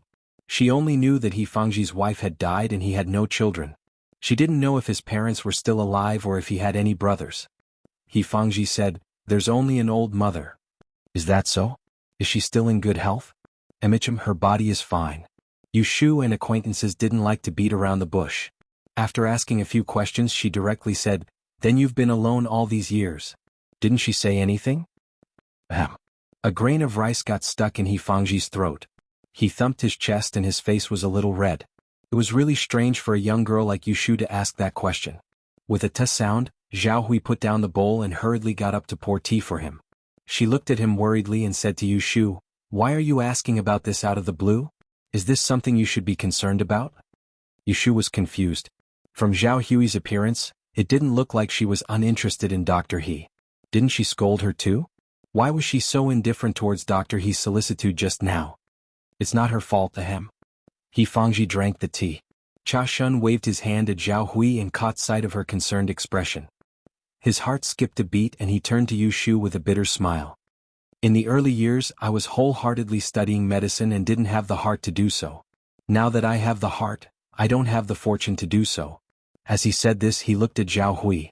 Zhao Hui lowered her head under his gaze. She twisted her handkerchief and put down the teapot. "I'm done eating. You guys take your time." After saying this she hurriedly ran back to the room. Lang Zhong's expression instantly darkened. Seeing this Yu Shu felt a little sympathetic. It wasn't easy to fall in love in middle age. Shouldn't she help matchmake them? "What's wrong with Aunt Hui? She only ate this little." Yu Xiaoxiu said. "Xiaoxiu, go bring this bowl of soup to Aunt Hui and watch her drink it." "Oh." Yu Xiaoxiu listened to Yu Shu. He took the bowl of soup and went into the room. Only Yu Shu and He Fangji were left at the table. Yu Shu shifted her butt and spoke first. "Lang Zhong, I'll be honest with you. Do you like my Aunt Hui?" He Fangji was shocked by her straightforwardness again. He coughed twice. Although he was shy he still nodded. "Then does my Aunt Hui know?" It wasn't that he hadn't expressed it himself, so he didn't wait for Zhao Hui to respond. "Yes, I mentioned it to her. She didn't agree." Yu Shuxin thought, "That's strange. The boy has feelings for the girl and the girl has feelings for each other. Both of them are in love with each other and they've confessed their feelings. No one at home objected and no one obstructed, so why didn't Zhao Hui agree? Wait a minute, it couldn't be because of her, right?" Chapter 119. After dinner, Zhao Hui did not show up again. Ikuji left alone. Yu Shu stayed in the living room for a while before limping to Zhao Hui's room. She saw that the light was still on. "Aunt Hui, are you asleep?" "Xiao Yu? Come in." The door opened with a push. Yu Shu walked in and walked around the screen. She saw Zhao Hui sitting on the edge of the bed. Her expression was a bit unnatural. Her clothes were neat and tidy, and there was no sign of her resting. "Come sit here. Doesn't it hurt to walk?" Zhao Hui helped Yu Shu sit down on her bed. Yu Shu shook her head. "I forgot to tell you when we were eating. Mr. Pei came by today. In 10 days there will be a caravan going to the capital. When the time comes we will go with the caravan." Zhao Hui was stunned. They're going to leave so soon?" Yu Shu said, "Yes, if we miss this time we will have to wait for next month. Mr. Pei wants me to discuss with you. Do you want to take the items from the Dou family with you, or do you want him to keep them for you?" "Ah," Zhao Hui said absent-mindedly. "Do as you see fit. Either way is fine." Yu Shu carefully observed her expression. She was even more certain that she did not respond to He Fangji because she had promised to go to the capital with her. He Fangji's family was still there and could not travel far. If Zhao Hui wanted to be with him she would have to stay in Yang. How could he go to the capital with her? "Aunt Hui, are you really willing to leave Yang?" Zhao Hui came back to her senses. She smiled slightly and said bitterly, "What is there to be unwilling about? For example, Dr. He. Are you willing to leave him?" Zhao Hui was startled and said in panic, You child, what nonsense are you talking about? Why would I be reluctant to part with him?" Yu Shu laughed mischievously and no longer teased her. She reached out and grabbed her arm and affectionately said, "Aunt Hui, of course I'm happy that you're willing to go with me, but I don't want to be the wicked person who separates a loving couple. In my opinion, Dr. He is a good person. He has medical skills and is kind. If you like him and want to live with him, then stay in Yang. If you miss this village you might not get another chance." When Zhao Hui heard this she was not happy. Instead she put on a straight face and said, "Where did you hear that? Who said I'm going to live with him? Don't be angry. Listen to me." Yu Shu shook her arm and said seriously, "I originally wanted you to go with us because I was worried about leaving you alone in Yang. Even with Sir Pei's care, it would be inconvenient for a woman like you to be alone. Now that Dr. He has the heart to take care of you, isn't that good? Compared to the bumpy journey with us, it's much safer for you to stay in Yang. I know you're worried about leaving us siblings alone without an adult to accompany us, but do you think I'm the kind of person who would suffer a loss? Zhao Hui was a bit dumbfounded. She thought she had hidden it well, but she didn't expect that not only did Yushu see through it, but she also made it clear to her. She didn't know how to respond. She really was worried about leaving these two children alone, but she asked herself, could she really let go of Dr. He? Everything that needed to be said had been said. Yushu looked at Zhao Hui's hesitant expression and knew what to do. She said to her, Aunt Hui, think about it carefully. Don't be so heartless as to leave with me and regret halfway through. I won't be able to send you back. With that said, she sat for a while longer, then stood up and slowly walked out. Zhao Hui sat on the edge of the bed in a daze. She didn't even know when Yushu left. The next morning, He Fangji came to report in again just in time for breakfast. He didn't see Zhao Hui at the table, so he asked Yushu about it. Yushu saw that He Fangji didn't know anything, so she figured that Zhao Hui couldn't come up with an answer after an entire night, so she might as well add fuel to the fire. She rolled her eyes and deliberately said, she's packing up in her room. Packing up? He Fangji questioned. You're not staying here anymore? Yushu pretended to be confused. Why didn't Aunt Hui tell Mr. He that we'll be leaving Yang in a few days? What? As you expected, He Fangji was shocked. Her expression changed a few times and she stood there for a moment. Then she turned around and ran in the direction of Zhao Hui's room. Yu Xiaoxiu asked strangely, what's wrong with Dr. He? Children shouldn't poke their noses into adult matters. Yu Shu kicked Kim Bao, who was grinding his teeth with a table leg by her feet. Yu Xiaoxiu pursed his lips. He tore off a mouthful of steamed bun and threw it under the table. Yu Shu originally wanted to go over and take a look, but she was afraid that she'd ruin things, so she held back. She slowly finished her breakfast and dragged Yu Xiaoxiu back to their room.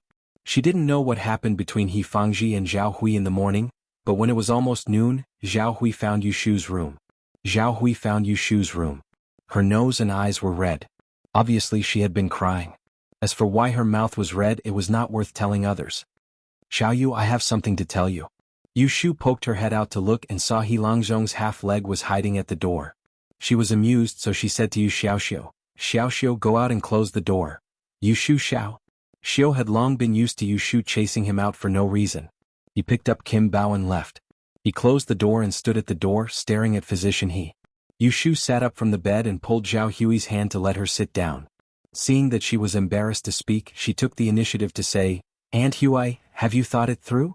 Are you going to go with me or stay? I can't bear to part with him. Zhao Hui's face was full of shame and guilt. Yushu straightforwardly said, leave the nose. Zhao Hui softly made an N sound. Seeing that Yushu wasn't the least bit dissatisfied and was instead happy for her, her heart warmed. She didn't have the awkwardness from before and reached out to hug her. She said, I've discussed it with Physician He. Since you haven't left yet, let's have a simple wedding in the next few days so that you can be a witness. Can you pick a good date for Aunt Hui? Isn't this too rushed? How could it be? In this world, the person closest to Aunt Hui is you. If you leave this time, I don't know when you'll come back. Zhao Hui blushed and said, how about I wait for you to come back before I marry? Cough. A loud cough suddenly sounded from outside the room. Yushu looked at the swaying silhouette outside the window and snickered. If she really agreed to Zhao Hui's words, Physician He would rush in to reason with her. Well, although Zhao Hui's marriage was delayed by 9 years, she had finally met the right person. I'll pick a good date for you, alright? I'll have someone invite Mr. Pei over right now to discuss it. When Pei Jing heard that He Fangji was going to marry Zhao Hui, he didn't make a fuss at all and single-handedly took over the matter. He only asked He Fangji to go back and invite a matchmaker to prepare the bridal chamber. Seeing that she couldn't get involved, Yushu accompanied Zhao Hui every day and didn't step out of the house, waiting for the marriage. He Fangji acted quickly. On the second day, a matchmaker came to propose marriage. Madame Qin arrived early in the morning and represented Zhao Hui to go through the motions. Under Zhao Hui's insistence, they didn't go to the barter shop to ask for the 8 characters. Yushu made a guest appearance and arranged for the 2 of them. Yu Xiaoxiu wrote the 8 characters and gave them to the matchmaker to take back to He Fangji's mother to look over. He Fangji's old house was in Poxi. Coincidentally, it was 2 streets away from Pei Jing's mansion. There was a small courtyard with 2 entrances and a total of 6 rooms. Her family's financial situation could be considered well off. On the 3rd day, He Fangji's mother sent someone to send a betrothal gift. Although it wasn't as grand as that of a rich family, it was small. It was clear that she had put in a lot of effort, especially the jade hairpin that He Fangji had personally sent over. The hairpin was green and cool to the touch. Even Pei Jing had praised it as a good item. There was also a problem. If they sent all the carriages of dowry that Zhao Hui got from the Dou family to the He family, there would definitely be no place to put them. In the end, Pei Jing thought it through and directly gave the house that Zhao Hui lived in with a warehouse to Zhao Hui as part of her dowry. It was just the right place to put her excessive dowry. On the 5th day, Madame Qin sent the wedding dress. On the 6th day was the wedding day. On the night before Zhao Hui's wedding, she called Yu Shu to her room after dinner. She closed the door and took out a few things from under her pillow. Xiao Yu, here is a total of 1,000 taels of banknotes. I asked Mr. Pei to exchange it for you. I specially sewed this inner pocket for you. Fold the banknotes properly and put them inside. When you go out, tie it around your waist. Don't leave it carelessly. When you arrive in the capital, familiarize yourself with the place and buy a house to settle down.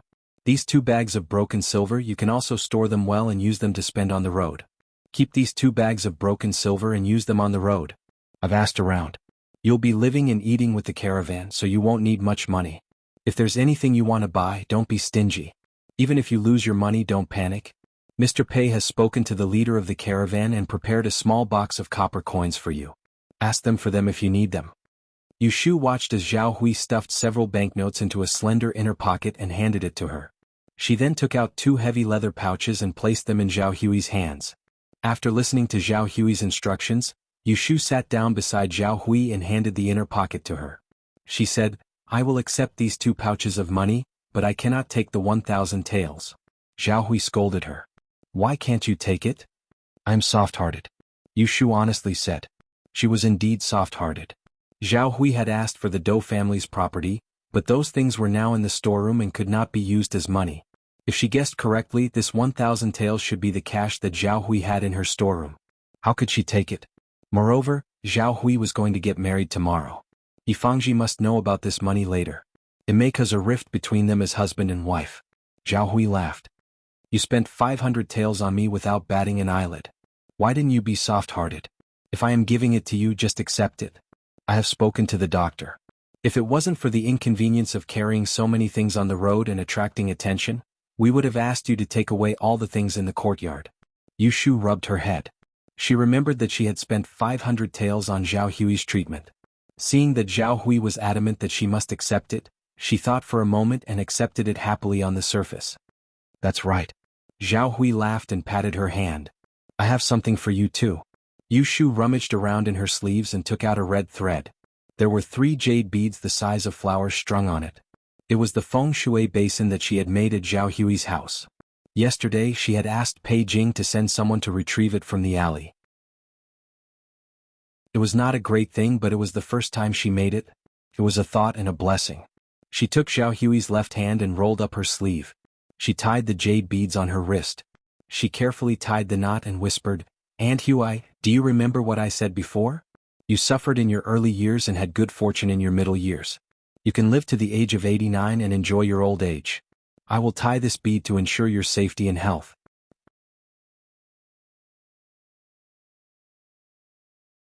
Chapter 120. Zhao Hui got married. Yu Shu watched the ceremony from the beginning to the end. She watched as she got on the sedan chair and followed the wedding procession to He Mansion. Pei Jing personally escorted the sedan chair and invited some business friends to join in the fun.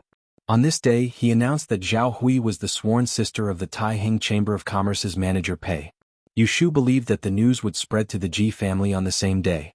After the wedding night, Yu Shu and Yu Xiaoxiu sat in Pei Jing's carriage and left together. Under Yu Shu's request, they went to the east of the city, to the alley of Zhao Hui's house. To avoid any accidents, Pei Jing accompanied her to get off the carriage. The 2 of them arrived at Zhao Hui's house. Yu Shu opened the door and went in alone. She went into the house and lit the lamp. She went to the kitchen to get a spatula and dug in the corner of the courtyard for a while. She dug out a long object wrapped in cloth. She patted the soil on it and held it in her hand. She used her foot to stomp the hole. In the dark night she closed the door. Pei Jing could vaguely see that she was holding something in her hand. He asked, "What did you take out?" "An antique." Yu Shu didn't explain in detail. The object in her hand was nothing but the ancient sword that she hid when she went to the suburbs to rescue Shui Wenjia a few months ago. She buried it under the wall of the courtyard. Later, when she was kicked out, she asked Yu Xiaoxiu, who was still in the Ji family, to secretly dig it out and bury it in Zhao Hui's house.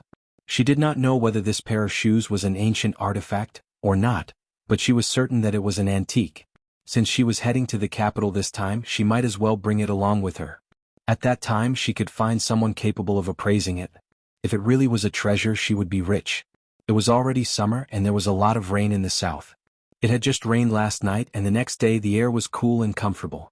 After Yu Shu washed up, she called for the maidservant who was serving in the courtyard to come in and comb her hair. She tied her hair into a ponytail and coiled it up high. She wrapped an apricot yellow silk hairband around her hair and used some hair oil to wipe off her temples and forehead, revealing her entire face. She called the maidservant to bring water out. She shook off the neatly folded new clothes on the bed and dressed in front of the mirror. His apricot yellow half-body silk robe covered his thighs, with narrow sleeves that reached his shoulders. The slightly opened front just happened to cover the rise and fall of his chest. He wore a pair of ash-colored trousers that were carefully tucked beside his black cloth boots. He tied an inch-wide black leather belt around his waist and hung a blue-colored pouch on it. He also attached a colorful string to 3 fortune coins. Finally, he imitated Jing Qin and tied the treasured sword, that was tightly wrapped in cloth, to his back with a ribbon. She looked at the mirror and saw a tall and straight young man. It was hard to tell whether he was a man or a woman.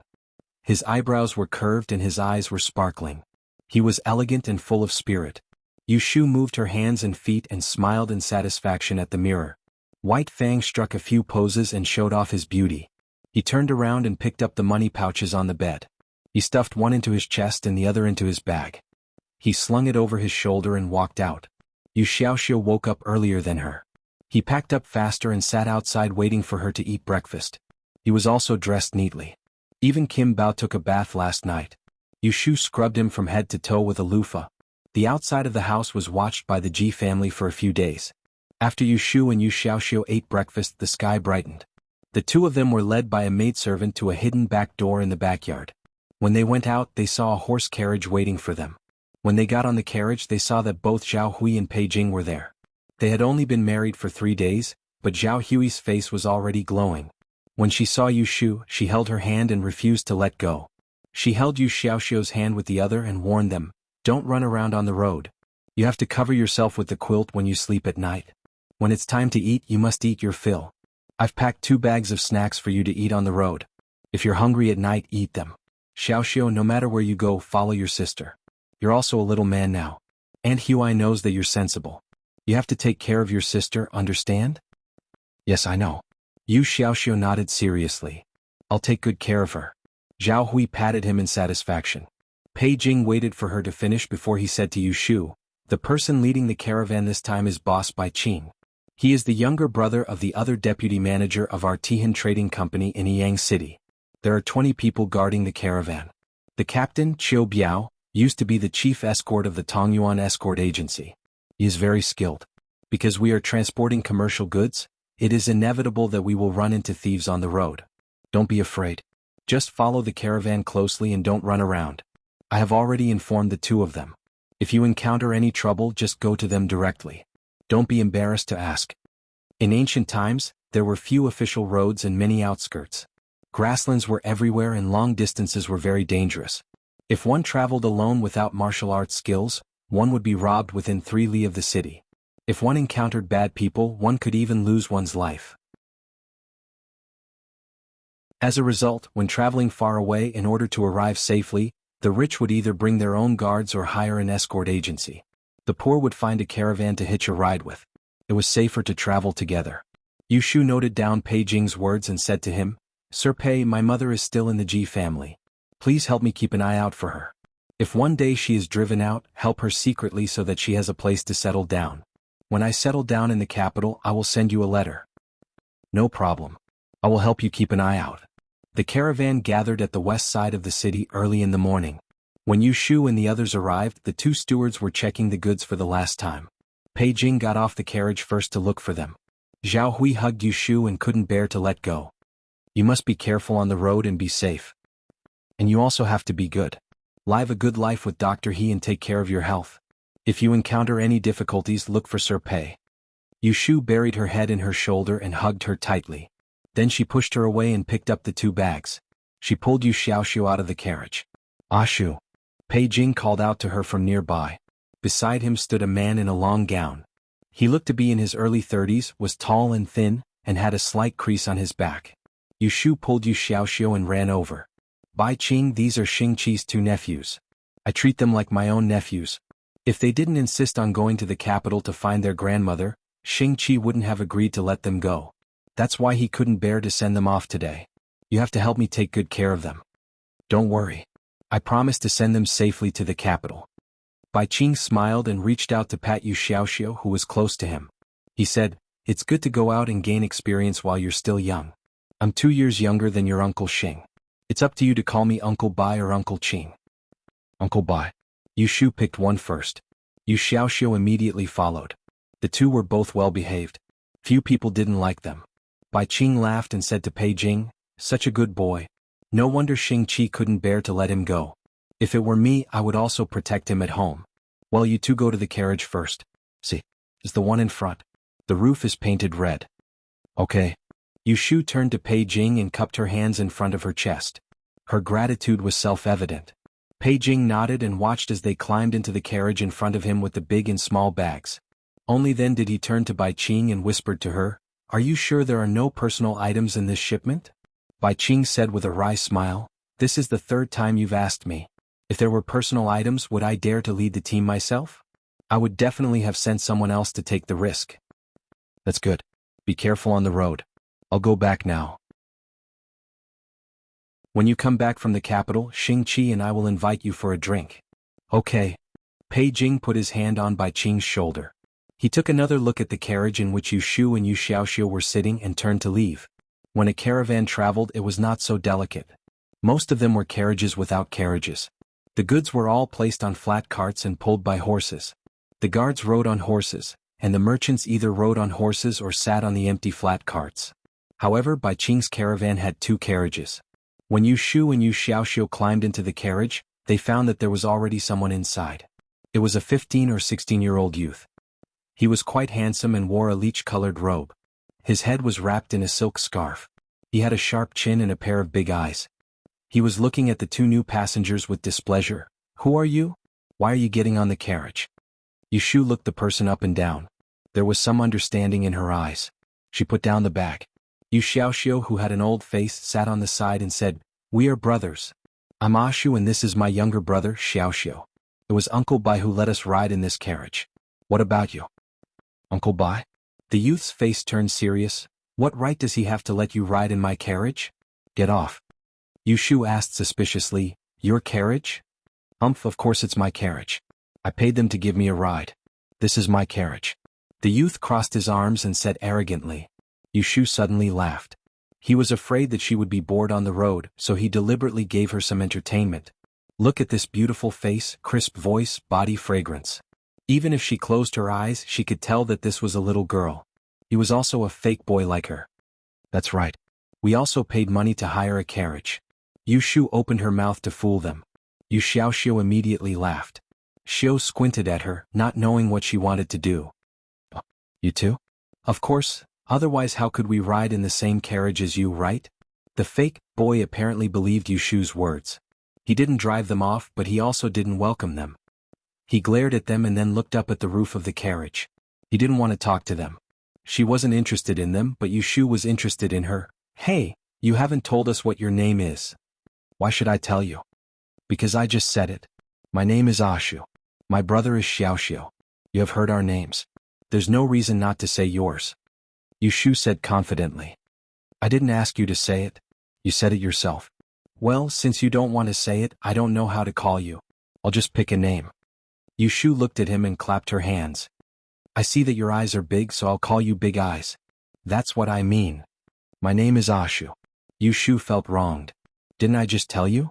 Big Eyes, why is your memory so bad? Yu Xiaoxiu turned his head and laughed. The fake boy didn't know that Yushu was teasing him.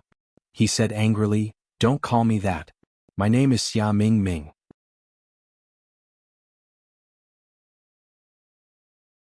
Chapter 121. The caravan set out early in the morning, leaving Yang City. Because they were carrying goods, their speed was not fast.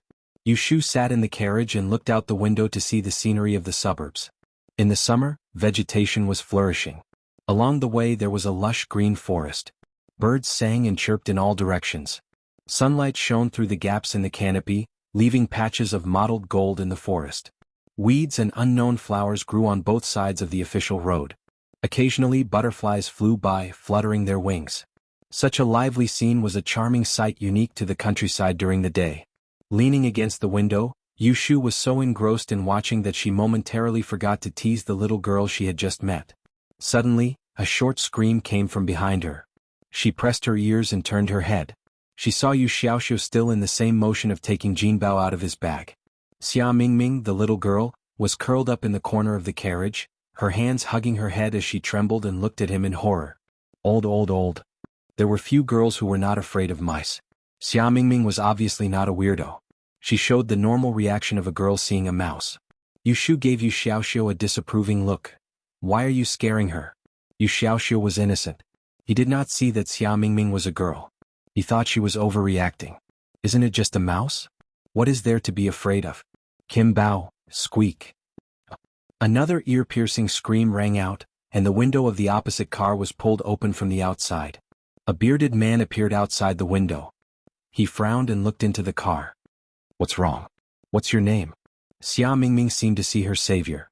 She pointed to Yu Xiaoxiu's arms. "It's okay. A honey moth just flew in." Yushu grabbed her hand and did not give her a chance to speak. She patted her shoulder and pretended to comfort her. "Don't be afraid. It has already flown out. It's okay." Xia Mingming shook her head vigorously. She wanted to say something to the people outside.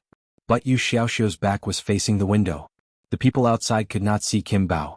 Seeing that there was nothing unusual in the carriage, she closed the window. Xia Mingming wanted to open the window and call for help. She found that her hand was grabbed by Yushu. She suddenly became angry. She broke away from Yushu and shrank back. She stared at Yushu. "What are you doing?" Yushu laughed secretly. She was the best at acting. Look at the little girl, she thought she was a pervert. "I didn't do anything." Yushu raised her hand and grabbed Kim Bao, who was on Yu Xiaoxiu's knee. She touched its moving ears and held it in her palm to show it to Xia Mingming. She smiled and said, "Don't be afraid. It's not a mouse. It won't bite. If you don't believe me, you can touch it." As soon as Xia Mingming saw Kim Bao, she began to panic again. She shrank her legs on the seat and leaned back desperately. She bit her lips and looked at Kim Bao, who was in Yu Xiaoxiu's hand. Then she looked at Yushu, the pervert. She was angry and scared. She looked like she was about to cry. Yushu really did not want to bully her to cry. Seeing her like this, she no longer had the mood to joke. She put her hand on her knee and covered Kim Bao with one hand to prevent Xia Mingming from seeing it. She said to her as gently as possible, "Is this okay? Don't cry. If people outside hear it, they will think that I bullied you." Without seeing Kim Bao, Xia Mingming's face became better. But when she heard Yushu's words, she immediately said stubbornly, "Who cried? I didn't cry." Yushu smiled and did not say anything to tease her. She turned sideways to cover up the constantly moving Kim Bao. She put her arm as a pillow and continued to enjoy the scenery outside. She rubbed Kim Bao's fluffy back with her fingers to comfort it. The little thing was obedient again. It lay on her lap and enjoyed it. Yu Xiaoxiu looked at Xia Mingming, who was afraid of mice, with disdain. She took out the textbook from the bag and began to read. After a while, Xia Mingming, who was ignored, could not help but be curious. She took the initiative to ask, "What are you doing with a mouse?" Yushu turned her head and said with a smile, "Mingming, your memory is really bad. I just told you that it is not a mouse. It is called Kim Bao. It is raised by my younger brother. You have seen people raising birds and fish, right? That's what it means. Don't call me Mingming." Xia Mingming shouted at Yushu with a red face. She lowered her head. After a while, she raised her head again and said doubtfully, "Are you serious? This is not a mouse?" Yushu shook her head seriously with an expression of "I never lie."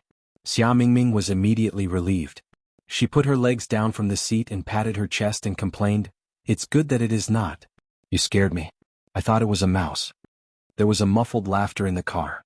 Xia Mingming turned her head and happened to see Yu Xiaoxiu. She knew that he was laughing at her. She said unhappily, "What are you laughing at?" "Of course it is because you are stupid and easy to fool." Yu Xiaoxiu took the opportunity when she turned her head and grinned.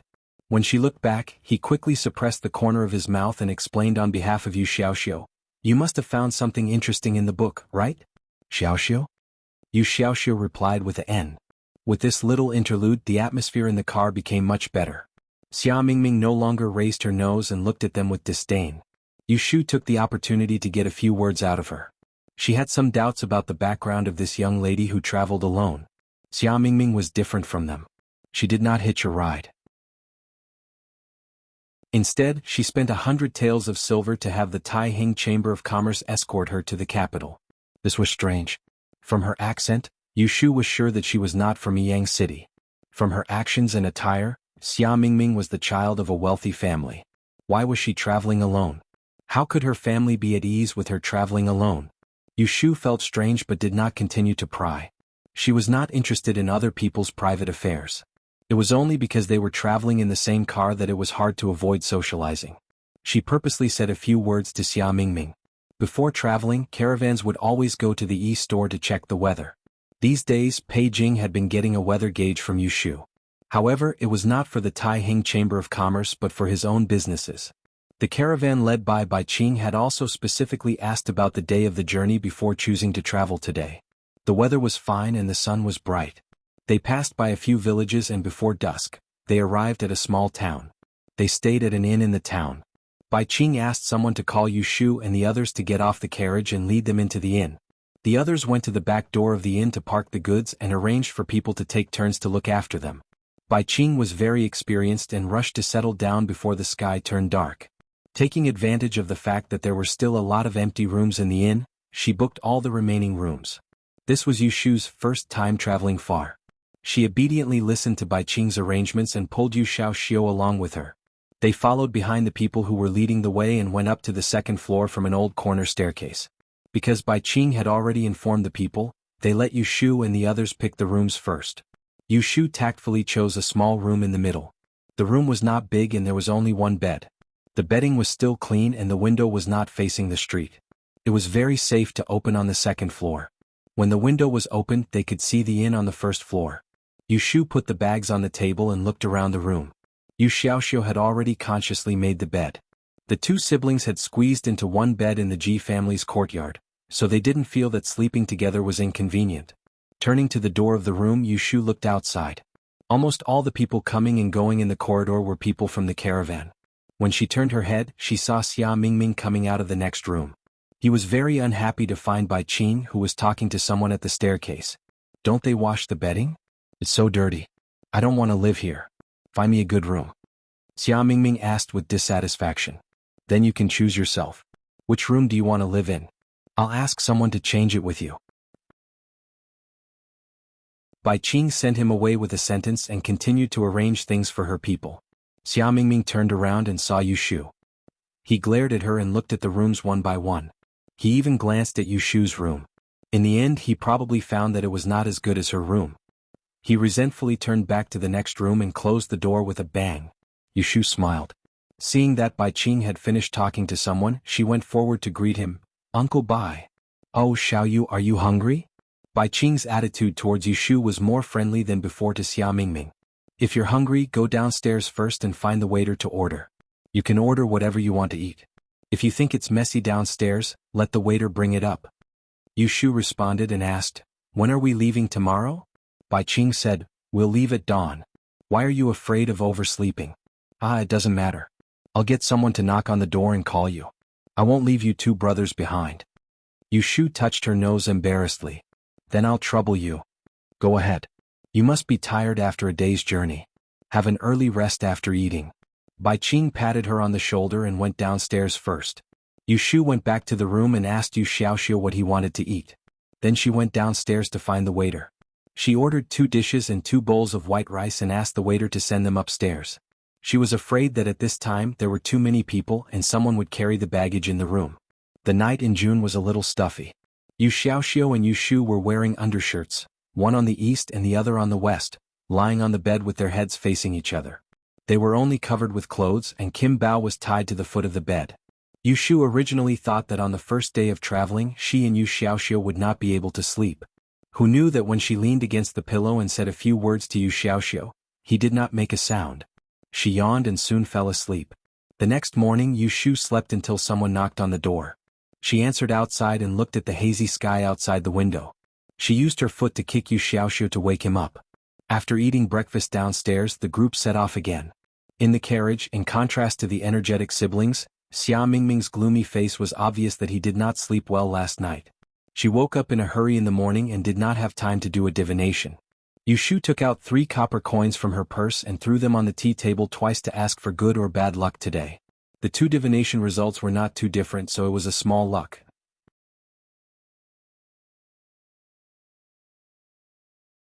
Chapter 122. You can perform divination with 6 fluorescent lights? Xia Mingming looked at the 3 copper coins on the table that Yu Shu put on the table in surprise. Yu Shu's eyelids moved and she pretended to be confused. What did you say? What do you mean? 6 lines. Weren't you doing divination just now? Xia Mingming pointed at the copper coins on the table and looked at her expectantly. Yu Shu shook her head. I was playing with them.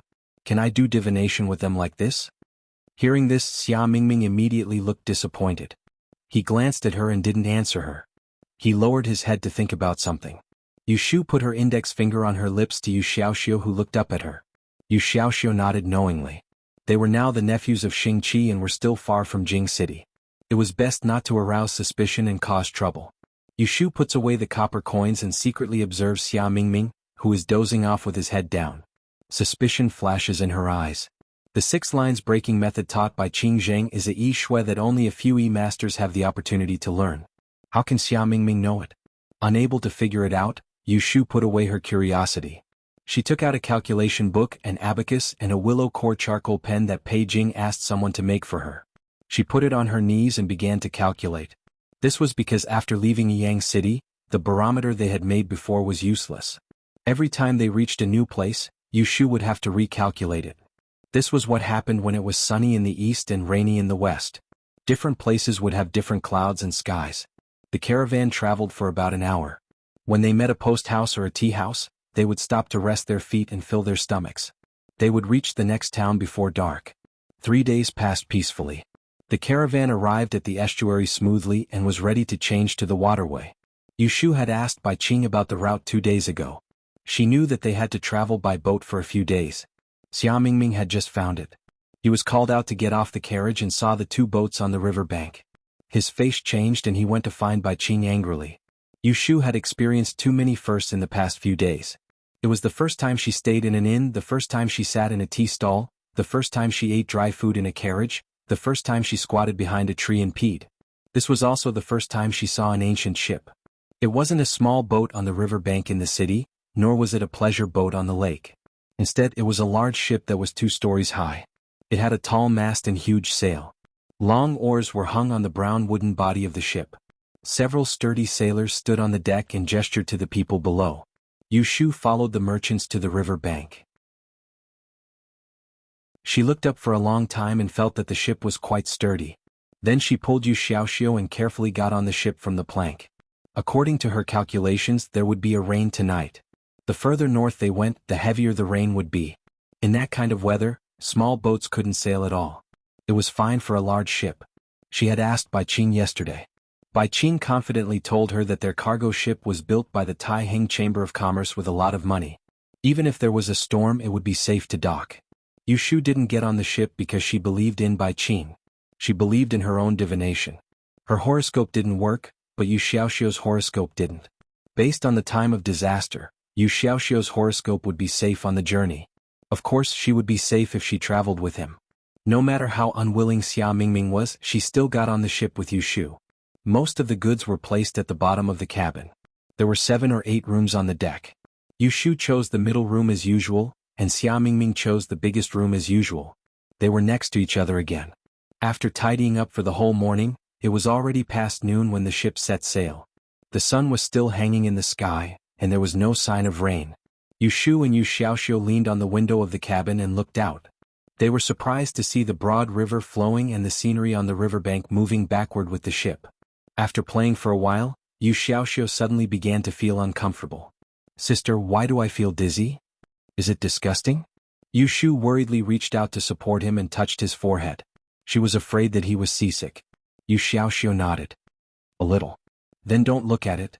Go to bed and lie down." Yu Shu helped him to sit down on the bed. She asked him to take off his outer shirt and lie down. She poured a glass of water. Seeing his uncomfortable face, she sat on the bed and let him rest on her lap. Then she rubbed his forehead. Yu Shu was very good at massage, which was all practiced after Yu Xiaoxiu was paralyzed. After a while, she massaged Yu Xiaoxiu until he was groaning. Not to mention dizziness. Yu Shu went out to find Bai Qing and asked for some pills for seasickness. She mixed it with water and gave it to Yu Xiaoxiu to drink. Then she watched him sleep. In the afternoon, the two of them stayed in the cabin. In the evening, Bai Qing asked someone to call them downstairs for dinner. Yu Shu said that Yu Xiaoxiu was not feeling well, so she asked the boatman to send the food to the room. After dinner, there was a muffled clap of thunder, and it suddenly started raining. A gust of wind caused the oil lamps to flicker. Yu Shu closed both windows. Someone outside shouted a few chants, and the sound of some chaotic footsteps could be heard in the corridor. Boom! Another clap of thunder shocked Yu Shu, and the boat shook a few times as well. Yu Xiaoxiu sat up from the bed uneasily. "Sister? It's okay. Don't be afraid." Yu Shu went over and sat down beside him. She patted his shoulder and said, "It often rains on the river. Go to sleep." "I can't sleep." Yu Xiaoxiu slept for the whole afternoon due to seasickness. At this time he was not sleepy at all. It was the first time he was on a boat. He heard the sound of rain outside. It was inevitable that he was a little scared, so he couldn't sleep. Yu Shu knew that he was afraid. She pulled him up and pushed him to the table with a smile. "If you can't sleep, let's play for a while." She found a pen and paper, drew a grid of 9 squares on the paper, filled in a few numbers and pushed it in front of him. "Here, don't you know how to count? You can also recognize the grid of 9 squares. This way all the numbers add up to 15 from 1 to 9. Each number can only be used once, so fill in these blanks."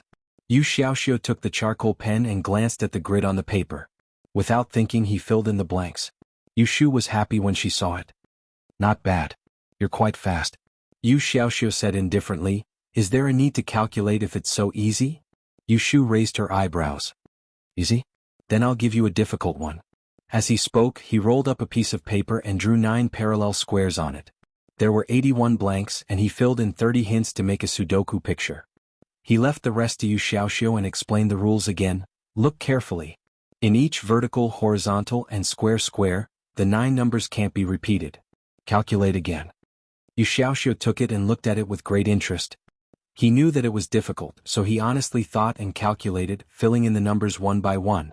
The rain outside was getting heavier and heavier. The sound of raindrops hitting the windows caused the hull to shake more violently. Yu Shu stood up and walked to the window. After checking that there was no leakage, she returned to sit beside Yu Xiaoxiu and watched him do the calculations. Yu Shu knew that Yu Xiaoxiu was smart and talented in mathematics. In one night she gave him 5 Sudoku problems. The number of hints was reduced from 30 to 25, and he solved them all. In the end it was Yu Shu who yawned first. Only then did Yu Xiaoxiu reluctantly go to bed.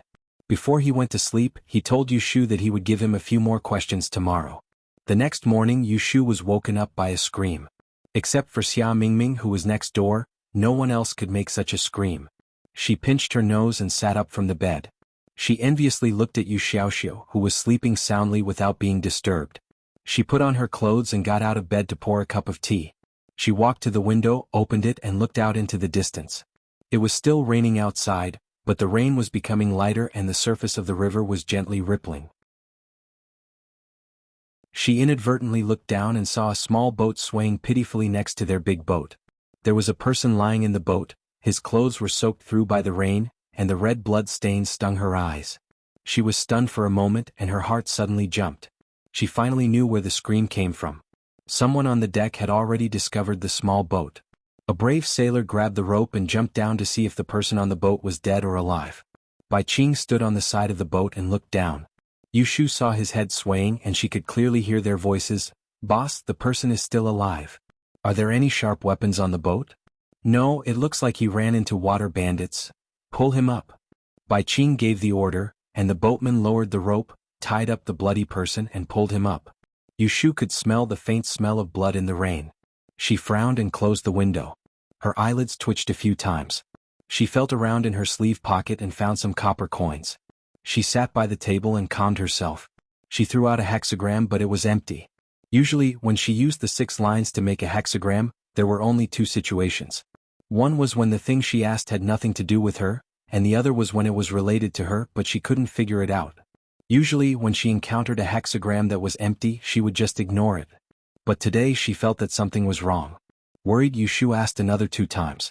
The same empty hexagram made her feel inexplicably uneasy. She had a vague feeling that it had something to do with her. She hoped that it was another disaster that caused them to get into trouble. No, she had to go and take a look. After thinking for a while, she got up, put on her clothes and quickly combed her hair. She glanced at Yu Xiaoxiu, who was lying on the bed, and quietly closed the door and went out. She went down from the 2nd floor to the 1st floor. As soon as she walked out of the cabin, she felt a cold wind blowing on her face. She rubbed her arms, lowered her head and walked to the deck. She looked at the place where she had fished the person out, but she didn't see Bai Qing or the bloody person. There was only a pool of blood on the ground. She called out to a boatman passing by, "Did you fish someone out just now?" It just so happened that this was the boatman who delivered their meals last night. He recognized Yushu and said, "Yes, that man's injuries are very serious. It looks like he's been chopped several times. He's lucky to have met our boat. Boss Bai has ordered people to carry him in and called a doctor to take a look. I don't know if he can be saved." Yushu's heart skipped a beat when she heard that. She quickly asked, "Which room did they send him to?" "The room on the 1st floor. I advise you not to go and watch the show."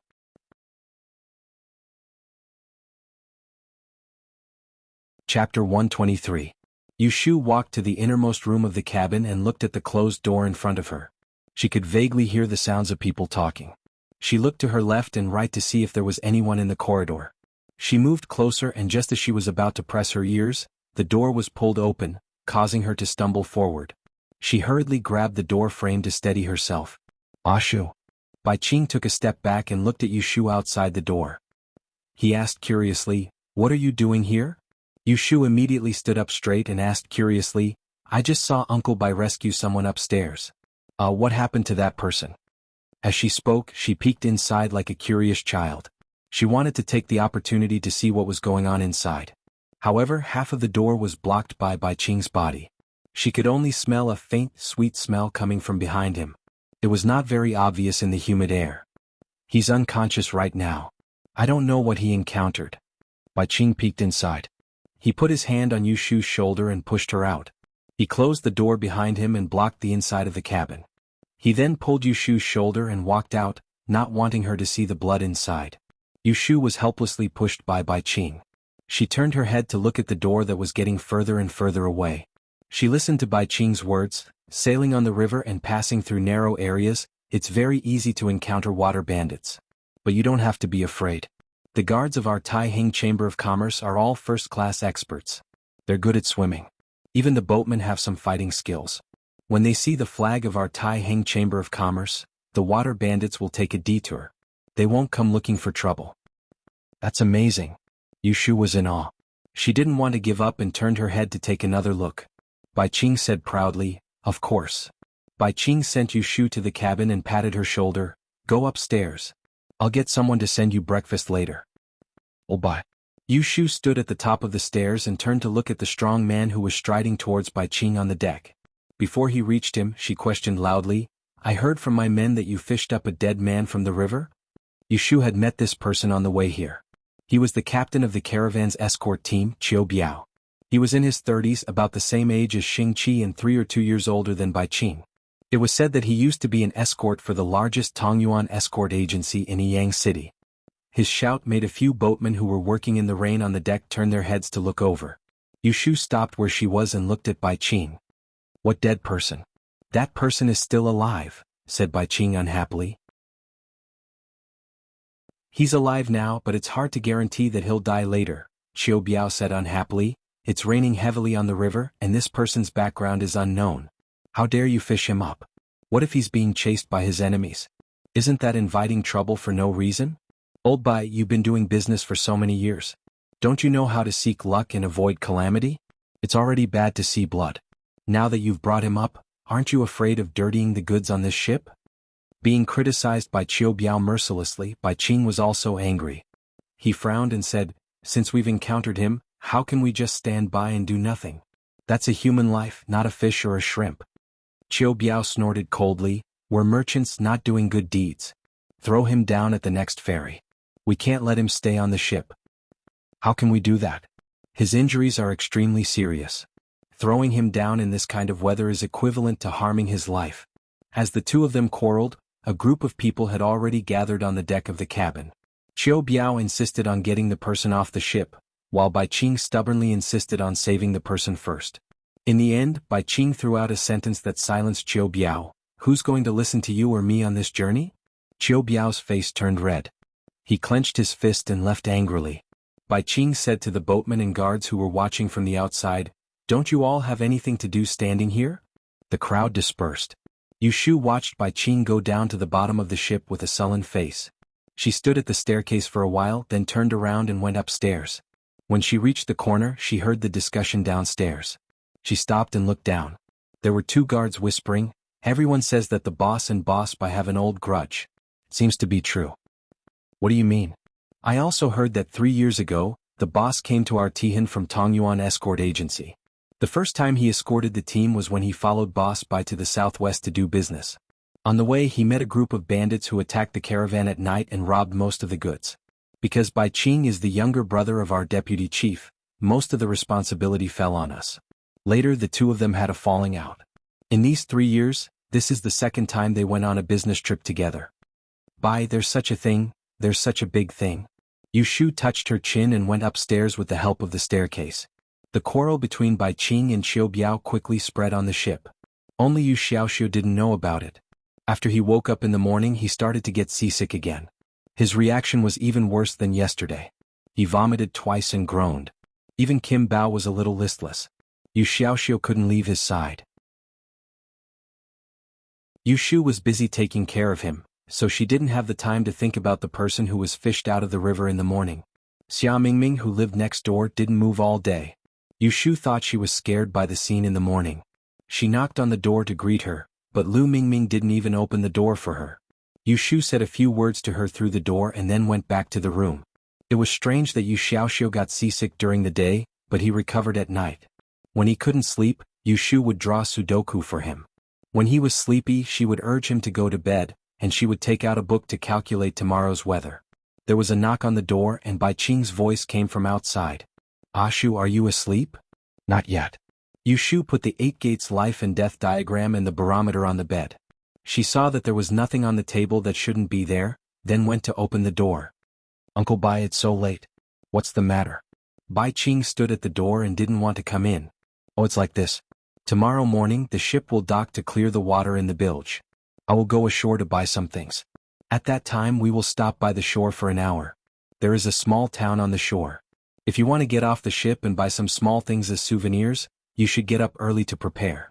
Yu Shu's eyes lit up and she said with interest, that's good. Xiaoxiu and I will get up early. Bai Qing smiled and said, then you should rest early. Okay. Bai Qing turned around and was about to leave. Yu Shu's heart moved. She thought of something and quickly pulled him. Uncle Bai. Bai Qing turned back and asked, what's wrong?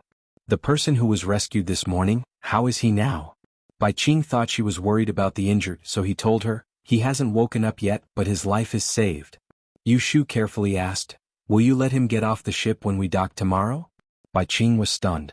He knew that she heard the argument between him and Qiu Biao in the morning. He shook his head and said, no, we will wait until he wakes up and ask him clearly. We will see what happened to him and where he is going. If it's on the way we can give him a ride. To be honest, Yu Shu didn't care whether that person stayed or left. She just felt worried, so she asked Bai Qing a few words to know his whereabouts. Uncle Bai, you are so kind. In comparison, Qiu Biao seemed to be unkind. Bai Qing's expression changed. He sighed and said, it's not that I am kind. In the early years I traveled by ship and almost lost my life. If it wasn't for someone saving me, I would be a pile of bones at the bottom of the river. When I meet someone who is in trouble, it's inevitable that I will be more warm-hearted. Yu Shu thought, so it's because we are in the same boat. Okay, you guys go to sleep. Don't not wake up tomorrow. Little Bai Qing left and Yu Shu closed the door. Yu Xiaoxiu was awakened by their conversation. He propped up half of his body and turned his head to ask in confusion, "Is it Uncle Bai?" "Yes." Yu Shu opened the window halfway to let in the light of the night. She blew out the oil lamp on the table and walked to the bed in the dark. She took off her shoes and said to Yu Xiaoxiu, "Uncle Bai said that the ship will dock tomorrow morning. You are very seasick, so I will take you for a walk." Yu Xiaoxiu said happily, "Really? Really? Go to sleep." Yu Shu rubbed his head and lay on her side. Early the next morning, Yu Shu was woken up by the sound of the song downstairs. She sat up abruptly and ran to the window to take a look. She saw the boat approaching the shore, and she could vaguely see the small town in the distance. She still woke up late. "Xiaoxiu, get up." She quickly pulled Yu Xiaoxiu up and the two quickly changed their clothes. They took some fresh water from the wooden bucket in the corner to rinse their mouths and wash their faces. They put Kim Bao in their pockets and closed the door. They turned around and saw Xia Mingming poking half of his head out of the room next door. He was looking outside. Yu Shu was startled. "Mingming, the ship is docked. Do you want to go for a walk?" Xia Mingming turned around and looked at her. "What's there to see in this small place?" Then he went back into the room and closed the door. Yu Shu and Yu Xiaoxiu looked at each other and ran down the ship hand in hand. The coxswain, who was wearing a straw raincoat, was directing the sailors to lower the sails and pull ashore. Shadows were running back and forth on the deck. When Yu Shu found Bai Qing at the bow of the ship, he was counting several boxes that had been carried up from below the cabin. Inside the boxes were strings of copper coins. There was no bank in the small town. They had to use cash to buy everything. Silver was precious and should not be used in small towns. In local circulation, copper coins were the most widely used currency. After the ship was docked, Bai Qing looked back and saw Yu Shu. He waved his hand and said, "Ah Shu, come here." Yu Shu led Yu Xiaoxiu to his side and followed him to the shore. They walked a few steps forward and their feet landed on solid ground. It was a sense of stability that they did not feel when they were on the ship. Yu Shu could not help but jump and said to Bai Qing, "It's better to be on the shore." Bai Qing smiled and pointed to the village not far away. He said, "I want to go into the city to buy some things. Do you want to follow me into the city or walk around here? I'll ask a guard to follow you." Yu Shu thought that he was going to do business. It would be inconvenient to follow him. If there was someone accompanying them, they would not be afraid of getting lost. It would be better to play on the shore. She said, "We won't go. It's better to walk around here."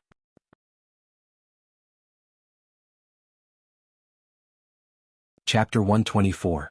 In Shuzhou, the small town by the river was quite lively. Seeing a boat docked, some villagers came up to ask about it. Yu Shu and Yu Xiaoxiu walked 100 steps to the shore and saw the market. Most of the stalls were set up outside their houses. The street was full of twists and turns, selling fish, prawns, fresh fruits and various handicrafts.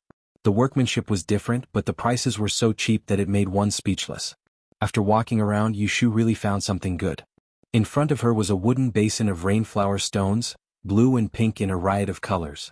The watery luster was natural and more colorful than jade. Yu Shu looked at it and asked the price. It was only one bait board, so she happily picked a bunch. The villagers happily gave her a small cloth bag that they had sewn at home. "Why do you buy this?" Yu Xiaoxiu felt that this thing could not be eaten or used and was purely a waste of money. "You don't understand. These things are useful." Yu Shu shook the bag in her hand. Rainflower stones were also called lucky stones. Just like the name, they were not only beautiful but also could be used to set up a feng shui pond. Qing Zheng had taught her a few kinds of feng shui for growing things. Even if she wanted to buy a bag of rainflower stones like this, it would be hard to find anywhere in Yang City, let alone pick one for a dozen copper coins. The two strolled on the street for a while, bought some fresh fruits and a few pieces of sweet glutinous rice cakes, and then the sister and brother ate apricots and walked back. There were 2 or 3 boats docked on the shore, and the Tai Hing Chamber of Commerce's boat was the largest and most conspicuous. The sailors on the boat were pouring water into the river, and some were holding rags to wipe the deck. Yu Shu stepped on a 3-foot-wide platform and jumped onto the boat. There was water on the platform and she was afraid that Yu Xiaoxiu would slip, so she put the things in her hands on the ground and turned around to pull him up. Just as she pulled him up, she was pushed to the side by someone. "Get out of the way, don't block the way." Yu Shu slipped and fell on her butt. Yu Xiaoxiu quickly reached out to help her up, and looked unhappily at the people who were about to disembark. After Yu Shu stood up, She looked up and saw Qiu Biao instructing 2 guards to carry a brown sack as they prepared to disembark from the ship. She grabbed onto Yu Xiaoxiu, who wanted to argue with them, and picked up the sack on the ground to return to the cabin. She had only taken 2 steps when she heard a low cry and heard a creaking sound coming from the board. She turned around and saw that the 2 guards carrying the sack had slipped and fallen onto the table, tangling together with the sack. Yu Shu's eyes narrowed and saw a few strands of hair peeking out of the loose sack. She immediately understood what was in the sack. Qiu Biao must have taken advantage of Bai Qing's disembark to steal the person they rescued yesterday, and was to send him off the ship. She just didn't know if Qiu Biao planned to directly throw the person away, or find a place to put him. What should she do? Yu Shu couldn't make up her mind. If she tried to stop him, she might not be able to stop him. This Qiu Biao didn't even listen to Bai Qing, so it would be strange if he listened to her. But if she didn't stop him and if Qiu Biao was ruthless, wouldn't it be a waste of a life? While Yu Shu was thinking, Qiu Biao had already jumped to the shore. With one hand he lifted the sack with the person inside and carried it on his shoulder. He walked towards the shore with large strides. The rope at the mouth of the sack loosened, and as he carried it, the person's head popped out. It was facing Yu Shu's direction, and half of his face was exposed. His eyes were closed and his face was pale. Yu Shu's pupils shrank and her throat slipped and she cried out, "Wait!" Qiu Biao's footsteps stopped, and he turned his head to look at Yu Shu on the ship. Seeing her frightened face, he looked down and found that the sack was open. He cursed in a low voice and hurriedly tied the sack up, and carried it on his shoulder, wanting to leave. "I told you to wait!" Yu Shu screamed. Seeing Qiu Biao walking forward as if he did not hear her, her face turned serious, and she hurriedly threw away the things in her hand, and stepped on the ladder to slide down the deck. Sitting on the ground, she stumbled to get up and ran over to Qiu Biao. Qiu Biao was caught off guard and he took a step back. When he turned his head, he saw Yu Shu and his face sank. He wanted to scare her, but Yu Shu was one step ahead and shouted in his face, "Put him down!" As she spoke, she reached out to grab the sack on his back. Qiu Biao's face turned black and he pushed her to the side. He pointed at the 2 guards who just got off the ship and said, "Send this brat to the ship." The 2 guards went forward to grab Yu Shu, but how could Yu Shu let them succeed? She pounced on Qiu Biao, who was about to leave, and hugged his waist from behind. She firmly grabbed his belt and hung on his body and shouted, "Someone come quickly! Help me!" At this time Yu Xiaoxiu also jumped down from the ship, and seeing this scene he was dumbfounded. He went forward to help Yu Shu and hugged one of Qiu Biao's legs and did not let him go. Qiu Biao tried to shake them off, but he did not dare to be ruthless, so the 2 sides were in a deadlock. With this commotion, the people on the ship and on the shore were attracted, and in a moment the surroundings were filled with people. Those with eyes could see that there was a person in the sack on Qiu Biao's shoulder, and they began to whisper. Not long after, someone squeezed into the crowd, and seeing the situation he angrily said to Qiu Biao, "What are you doing, boss?" Bai said to keep the person, "Quickly send him back." This person was the second in command of the caravan, Boss Su. In terms of seniority in the Taiheng Chamber of Commerce, he was even higher than Bai Qing. This time he was purely invited to come out, so when he opened his mouth the surroundings became quiet. At this moment Qiu Biao's complexion was very ugly. He originally planned to secretly send the person off the ship, wait for Bai Qing to come back, set sail and set off on the road. Even if he was discovered, it would not be good to turn back. Who would have thought that this little demon would spoil his plans? Now that Boss Su opened his mouth, and with so many people watching, no one is blind. Even if he wanted to leave the person behind, he had no choice but to resentfully hand the sack to his 2 subordinates, and said in a muffled voice, "Send him up." Seeing the situation, Yu Shu let out a sigh of relief. Without waiting for Qiu Biao to come and grab them, she let go of him and pulled Yu Xiaoyi away, and followed the 2 people carrying the sack up the ship. She tiptoed to untie the blanket and peeled off a bit of the sack, revealing a head. Her hands were trembling as she pushed aside the person's hair, and clearly saw half of the pale and handsome face. Her heart trembled and she swallowed her saliva. It was not that she saw wrongly, it was Jing Chen, it was really Jing Chen. How did he end up on the river, and who was the one who injured him to this state? Yu Xiaoxiu was following behind Yu Shu, and when he saw the head sticking out of the sack he got a shock but did not recognize who it was. He had only met Jing Chen once, unlike Yu Shu and Jing Chen who had interacted before. Yu Shu suppressed the shock in her heart and turned around to look at Yu Xiaoxiu. Looking at his appearance, she knew that he did not recognize this Jing Chen who saved them at the outskirts, which saved her the trouble of covering up. The matter of her knowing Jing Chen at present, it seems like it is better not to let other people know. Jing Chen's identity is not easy to explain, so it is better to wait until he wakes up first. After Bai Qing came back, he heard about what happened after he left, and immediately found Qiu Biao's room. The two closed the door, but the noise still alarmed the boat. On the first floor of the ship, Yu Shu was anxiously waiting outside the door of the room. From time to time she would turn her head to look at the tightly shut door. She wanted to push it open and enter, but she was afraid that it would arouse suspicion. What the hell is going on? Yu Xiaoxiu uneasily pulled Yu Shu's sleeve and asked in a low voice. Yu Shu looked left and right to make sure no one was around, and then pulled him to a corner and whispered with her head lowered, "Yesterday morning, Uncle Bai fished out a person from the river. He was seriously injured, so he let the doctor treat him. Captain Qiu was afraid that this person would die on the boat, so he took advantage of Uncle Bai's absence to get him off the boat and throw him ashore." Yu Xiaoxiu was startled and said angrily, "How can this person be so bad?" Yu Shu shook her head and moved closer to his ear. Just as she was about to speak, she heard the door behind her open. Dr. Sun from the caravan stood in the door with a basin of water and said, "You two, go get a basin of water." Yu Shu quickly went forward to take the basin of water and gave it to Yu Xiaoxiu. "Go get some water." Yu Xiaoxiu obediently ran away. Yu Shu looked inside and worriedly asked Dr. Sun, "Is that person okay?" Dr. Sun frowned and said, "How is he? The wound that was just bandaged yesterday has split open again. It would be strange if he doesn't get hot later." After saying that, he turned around and went in, leaving the door open. Yu Shu hesitated for a moment and then followed him in. This room was even smaller than the one that Yu Shu and Yu Xiaoxiu lived in. There was only one window on the east side of the ship, and a wooden bed was placed against the wall. The mosquito net was tied up and the figure on the bed could be seen. Yu Shu walked over to take a look, and the first thing she felt was pain. Jing Chen was wearing a pair of white trousers, lying on the narrow bed. His lean upper body was almost completely covered in gauze, and there were some places where blood was seeping out. One of his arms was weakly hanging by his side, and the other was lifted by Dr. Sun to clean the scratches on the back of his hand. His eyes were closed, and under his eyelashes there was a small shadow. There were small wrinkles between his eyebrows, and the tip of his straight nose was covered in sweat. His lips were slightly purple, and she didn't know if it was because of the cold or because of the pain. This appearance made Yu Shu's heart ache. How did he end up like this? Counting the days, it had been about 2 months since Li Jingchen had bid farewell to her. During this period of time when he had left Yang City, where had he gone? What had happened? Who had injured him? Full of doubts, Yu Shu stared at the person on the bed in a daze.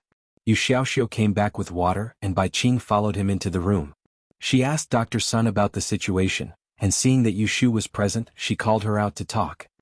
"Luckily you saw me, otherwise if Qiu Biao really got him off the boat, I wouldn't be able to turn the boat back." Bai Qing sighed and patted Yu Shu's shoulder. "Uncle Bai, thank you." Yu Shu thought, "I should be the one thanking you." Yesterday Bai Qing didn't bring Jing Chen up, and let him sink to the bottom of the river to feed the fish. Yu Shu didn't even have a place to cry. This was her friend. "It's nothing." To prevent Bai Qing from suspecting anything, Yu Shu rubbed her head and explained, "If Uncle Bai didn't tell me to leave him here to recuperate last night, I wouldn't have stopped Captain Qiu and the others from bringing him out." At the mention of Qiu Biao, Bai Qing's expression became ugly, but she still said to Yu Shu, "Captain Qiu was thinking about our entire caravan, so he went a bit too far. He didn't mean to harm anyone."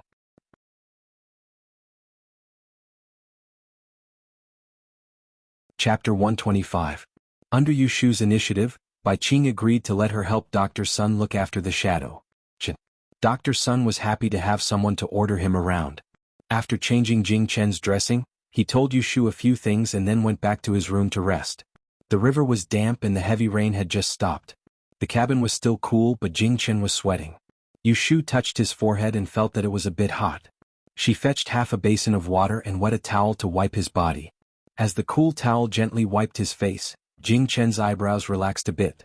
When Yu Shu saw this, she was stunned. She patted his shoulder and called out, "Jing Chen, Jing Chen?" After calling him a few times, he didn't wake up. She knew that he was still unconscious. Yu Shu sighed. She just remembered that Jing Chen had offended Kate Xing. She remembered Qing Zheng's warning and her eyes flashed. She stretched out her index finger to press on his bulging eyebrows and said in a low voice, Even if you are an unlucky person who offended Kate Xing, I can't just leave you alone. At most, I'll let others have less contact with you. If you want to be unlucky, then I'll be the only one who will be unlucky. Yu Xiaoxiu was ordered by Dr. Sun to go to the warehouse to get the herbs. When he came back, he saw Yu Shu wiping the sweat of the half-naked man. He quickly closed the door and ran forward to pull her. "You're a girl, what are you doing? Go back to your room, I'll do it." Yu Shu's hand was pulled by him. When she turned around and saw him making a fuss, she secretly laughed. Not to mention that Jing Chen was still wearing long pants. Even if he took off all of his clothes, she wouldn't be embarrassed. Not to mention his upper body was wrapped like a dumpling. What could she look at? On the contrary, Yu Xiaoxiu was young and men and women were wary of each other, so she was very fussy. "Xiaoxiu, don't you recognize who this is?" Yu Shu held Yu Xiaoxiu's hand and asked him to take a closer look at the person on the bed. Yu Xiaoxiu stared at the person on the bed in confusion. He felt that this person was quite good-looking, so he asked suspiciously, "Have we seen him before?" Yu Shu patted his head and said, "Idiot, isn't this hero Jing Chen? Have you forgotten?" "Hero Jing Chen?" Yu Xiaoxiu shouted in surprise, but Yu Shu quickly covered his mouth. "Should keep your voice down. Do you want to attract people here?" Yu Shu said angrily, "We can't let people know that we know him, understand?"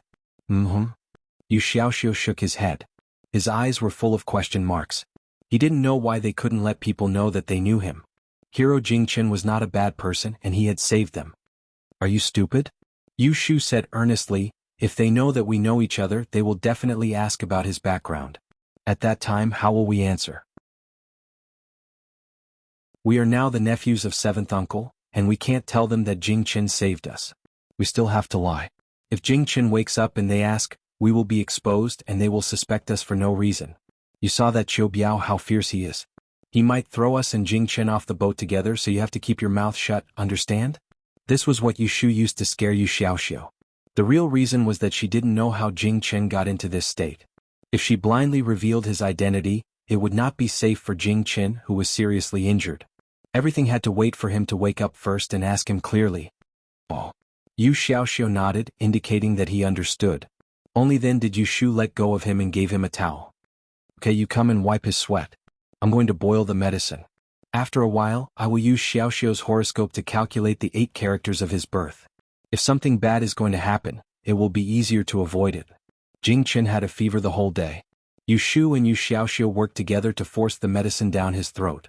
His fever only subsided at night. During this period, Dr. Sun came to see him once.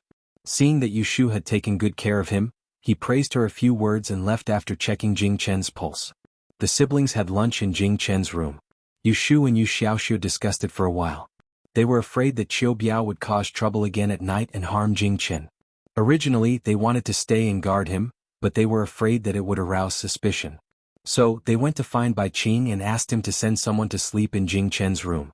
After listening to their proposal, Bai Qing's face showed a difficult expression. During the day, because Qiu Biao sent someone off the ship without permission, the two quarreled. The group of guards were very dissatisfied with him, so it was not good to arrange people from there. The handymen on the ship all took turns to be on night duty. They all had their own things to do, so they couldn't spare any extra people. It was even more impossible to ask other businessmen to move to the same room as Jing Chen, a victim of unknown origin. Seeing Bai Qing's expression, Yu Shu immediately knew what was going on. She asked, "Uncle Bai, is it inconvenient?" "It's like this." Just as Bai Qing was about to say that he would move to the same room as Jing Chen, Yu Shu said it first. "If it's inconvenient, why don't Xiaoxiu and I sleep in the same room with him tonight?" From the beginning, Yu Shu didn't intend to use other people's hands. She was worried about Jing Chen's fate. On the one hand, she was afraid that he would really harm others. On the other hand, she didn't trust others to take care of him. Us. Bai Qing looked hesitant. "Yes." Yu Shu vowed, "Uncle Bai, don't worry. With the two of us watching, we absolutely won't let anything happen to him." She said it as if she was thinking for Bai Qing's sake. She had a youthful look of loyalty. Bai Qing didn't notice her careful thoughts. He smiled and said, "All right, but the room downstairs is too small. I'll find someone to send him to your room upstairs and add another bed." Okay. Yu Shu readily agreed. Yu Xiaoxiu wanted to say something, but she pinched his back and held it back. After it was settled, Bai Qing asked someone to carry Jing Chen upstairs with the bed. This movement alarmed Xia Mingming, who was next door.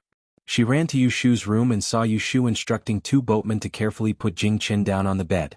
She knew that the bloody person who was rescued yesterday morning was going to sleep next door. She immediately made a fuss and asked someone to send Jing Qin down. Yushu didn't pester her. She went straight to the door and asked her to find Bai Qing. She didn't know how Bai Qing sent Xia Mingming away. In short, she didn't come to make trouble again. After dinner, Yushu could see that Yu Xiaoxiu was unhappy. She brewed the medicine and pulled him to the bedside to talk. Yu Xiaoxiu still cared that Jing Qin was a man. He felt that it was inappropriate for a girl like Yushu to live in the same room with a man. Yushu deliberately used morality to educate him. Only then did Yu Xiaoxiu let go of his grudge and accepted the reality that before Jing Qin's injuries improved, they had to sleep in the same room. Boiling medicine on the ship required a stove. The smell of charcoal smoke was very strong. Yushu placed the stove in the ventilated corridor. She opened the door halfway to let the light from inside the room shine out. She squatted at the door and used a fan to blow air. When Zhao Hui was sick, he taught her the trick of brewing medicine. Thus she didn't get smoked. But squatting next to the stove in the summer was another kind of suffering. She hung a wet towel around her neck. When it was warm, she would wipe her sweat. When her feet were numb, she would stand up and stomp. When her back was sore, she would hit it twice. Yu Xiaoxiu finished the math problems that Yushu gave him. He looked up and saw her like this. He hurriedly walked over. I'll do it. You go in and sit for a while. It's almost done. Yushu waved her hand behind her.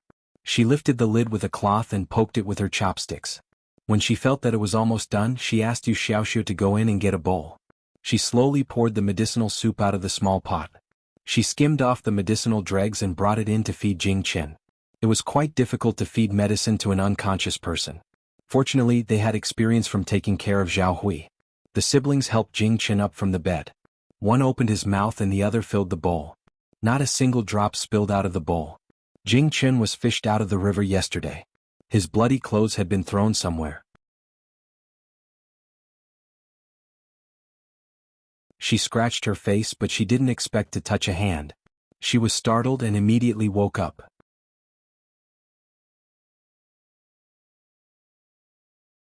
Chapter 126. In the middle of the night, Yushu was startled awake by Jing Qin, who was sitting quietly by her bed. Fortunately, she was mentally strong enough to not scream and wake up everyone on the ship. After the fright, she was happy. Yushu hurriedly sat up and put her legs under the bed. While looking for shoes, she whispered to him, "You're awake. Why did you get up? Go to the bed and lie down." As she said that, she stepped on her shoes and reached out to help him. Jing Qin slowly stood up with her help, but he didn't put all his weight on her.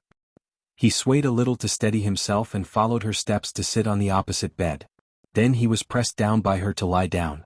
Yu Xiaoxiu was snoring and sleeping soundly. There was no sign of him being woken up. Kim Bao was curled up on the side of his pillow. His ears were moving, and his pair of bright eyes were looking at the opposite side.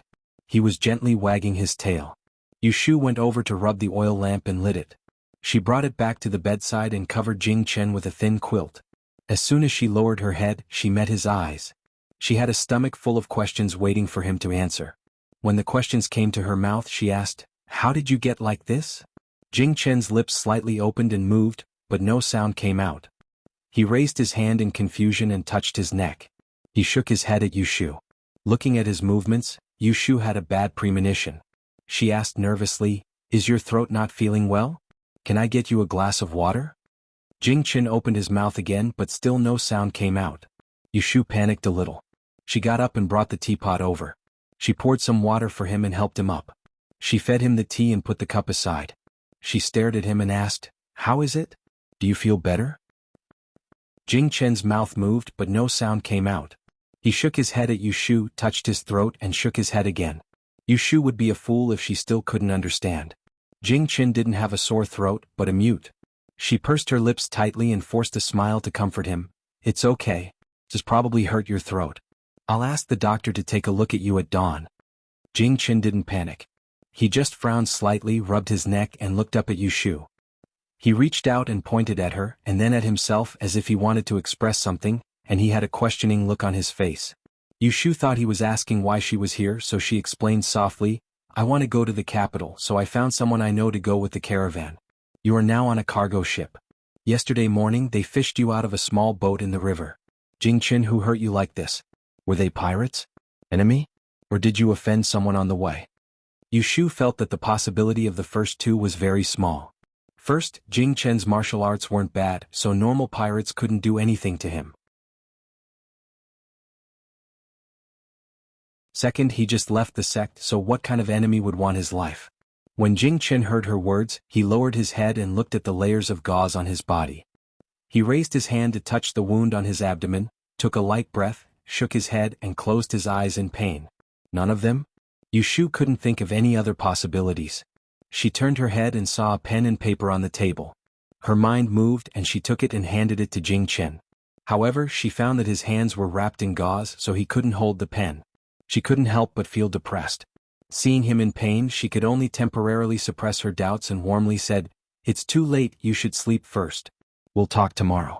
"Alright, the people on this ship still don't know that we know each other. Do you want to tell them your identity tomorrow?" Hearing this, Jing Chen didn't nod or shake his head. Instead, he opened his mouth, pointed at her again and patted his chest, doing the same action as before. His eyes were full of doubts. Yushu was confused. "What do you want to say?" Jing Chen looked a little anxious. He reached out and touched Yushu's hand. His index finger that could move gently poked at her finger. Yushu was tickled by his tickling, so she tried to hold back her laughter and dodged twice. However, his other hand held her down, stubbornly trying to push away her bent finger. Yushu seemed to understand what he wanted to do. She opened her palm and saw Jing Chen's index finger pointing at her palm, writing stroke by stroke. She stared at her palm and softly read, "I cannot remember what anything I can remember." She was stunned for a moment, and the next moment, her eyes widened. "You don't remember anything?" Jing Chen nodded. His expression was a little sad. Yushu covered her mouth with her hand and stood up. She walked back and forth in front of his bed a few times. Suddenly, she stopped and turned her head to the side of the bed. She leaned close to him and asked seriously, "Do you know who I am?" Seeing Jing Chen shake his head in confusion, Yushu's eyebrows furrowed. Without thinking, she reached out to touch his head, trying to find a lump or wound that Dr. Sun hadn't found. Jing Chen didn't resist and quietly let her rub his head. Of course he couldn't not be quiet. After touching for a long time and finding nothing, Yushu finally let go of Jing Chen's head. She smoothed his messy hair and sat on the side of the bed without saying a word. Her heart was a mess. No wonder she felt that there was something wrong with Jing Chen just now. He unexpectedly lost his memory. It was fine if he couldn't remember her, but he clearly couldn't remember what happened before. What should he do? Now only she knew who he was. What should she do with him? A hand patted her shoulder, making Yushu come back to her senses. She turned her head and saw Jing Chen's puzzled gaze. He seemed to be asking her what was wrong with his eyes. That innocent face made Yushu feel a burst of sympathy. He was originally a little white. Now, not only did he lose his memory, but he also couldn't speak. He was only one step away from becoming a fool. Coupled with that disastrous fate, he really was a pitiful child. Fine, if she didn't care about him, who would care about him? She would take one step at a time. Jing Chen, listen to me. Yushu straightened her face and said to him, "Now on this ship, only my brother and I know who you are. No one else knows who you are. Since you can't remember anything, you might as well hide it from them. Let them know that you lost your memory. As for the rest, I will tell you in private. In front of others, you still have to pretend that you have never seen me before, okay?" Jing Chen nodded. Not bad. He was very obedient. Yushu reached out and patted his shoulder. "Don't worry. No matter what, I will help you," she said sincerely. Jing Chen looked at her and reached out his hand. Yushu knowingly opened her palm and saw that he had written on it, "Who are you?" Yushu looked at Gunyenshin as he finished the last stroke on his palm. She looked up at his innocent eyes and smiled. "Remember this time. My name is Xiaoyu. I'm your friend, your best friend." Yushu shook her thumb at Gunyenshin. Jing Chen was stunned. The corner of his mouth curled up into a faint smile. He nodded at her and did not doubt her words at all. Yushu, who was a liar, felt guilty when she saw his smile. She looked away uncomfortably and muttered to herself, "Why is a man smiling so innocently? Alright, hurry up and sleep. Your injuries are very serious. You need to rest more before you can recover." Yushu pulled the quilt over him again. She stood up, put down the mosquito net and put the teapot back on the table. When she turned her head, she saw that he was still looking at her. "Close your eyes and sleep," she ordered in a low voice. Jing Chen closed his eyes and was as obedient as a child. Yu Shu held back her laughter and blew out the oil lamp. She returned to the bed and lay down. She turned over and looked at the figure on the opposite bed through the mosquito net. Gradually she felt sleepy. She closed her eyes and fell asleep. On the side of the pillow, Kim Bao moved his butt and opened his mouth to yawn. He shrank his fluffy head into his arms and hugged his tail. The next morning Yu Shu woke up. She was used to waking up early and could not fall asleep at dawn. She pushed Yu Xiaoxiu's outstretched foot to the side and sat up. Mimi Tsuetsue put on her outer clothes and got out of bed. She walked to the table to pour herself some water. She raised her head to look at the bed across from her and quietly walked over. Jing Chen was still sleeping. A thin quilt was neatly covering his body. His sleeping posture was so honest that it made people's hair stand on end. It was as if he had not moved all night. Yu Shu scratched the red patch on her arm that was bitten by a mosquito. She saw a mosquito on the mosquito net in front of her. She clapped her hands and slapped it. Paw. She opened her hands and looked at the small patch of blood on her palm. She blew it and was about to turn around when she found that the person on the bed had opened his eyes and was looking at her blankly. "I woke you up." Yu Shu embarrassedly put her hands behind her back and said in a low voice, "You should sleep a bit more. Dr. Sun should not be awake yet. I will go downstairs to call him." Jing Chen woke up and nodded. Although he was not sleepy, he still closed his eyes and went back to sleep. Yu Shu went back to wake Yu Xiaoxiu up. She urged him to put on his clothes and left the room with him. She closed the door and whispered to him in the corridor. She told him about Jing Chen's situation and told him not to expose himself before going downstairs to find Dr. Sunday. When Dr. Sun heard that Jing Chen had woken up, he did not wash his face and followed her upstairs. When he found out that Jing Chen had lost his memory and could not speak, he carefully examined him. However, he could not find the reason for his loss of memory and voice. Finally, at Yu Shu's request, he made a prescription for his throat and had Yu Xiaoxiu take it to the warehouse to get it. When Bai Qing heard the news, he also came over. Jing Chen could not speak nor could his hands read. When he asked, he did not know. Bai Qing was dumbfounded. He originally planned to wait for Jing Chen to wake up and ask him where his home was. If it was on the way, he would give him a ride. If it was not on the way, he would give him some money and let him go home. Now he did not know how to deal with him. Yu Shu saw that he was in a difficult position and took the opportunity to interject. "Uncle Bai, we should save him to the end. In any case, we are still far from the capital. We should bring him along. Who knows, he might remember in a few days. It is better than giving up halfway and letting him fend for himself." Bai Qing thought about it and did not have any other way. He said, "This is the only way. Ashu, I will trouble you and Xiaoxiu to look after him for a few more days. This person is really pitiful."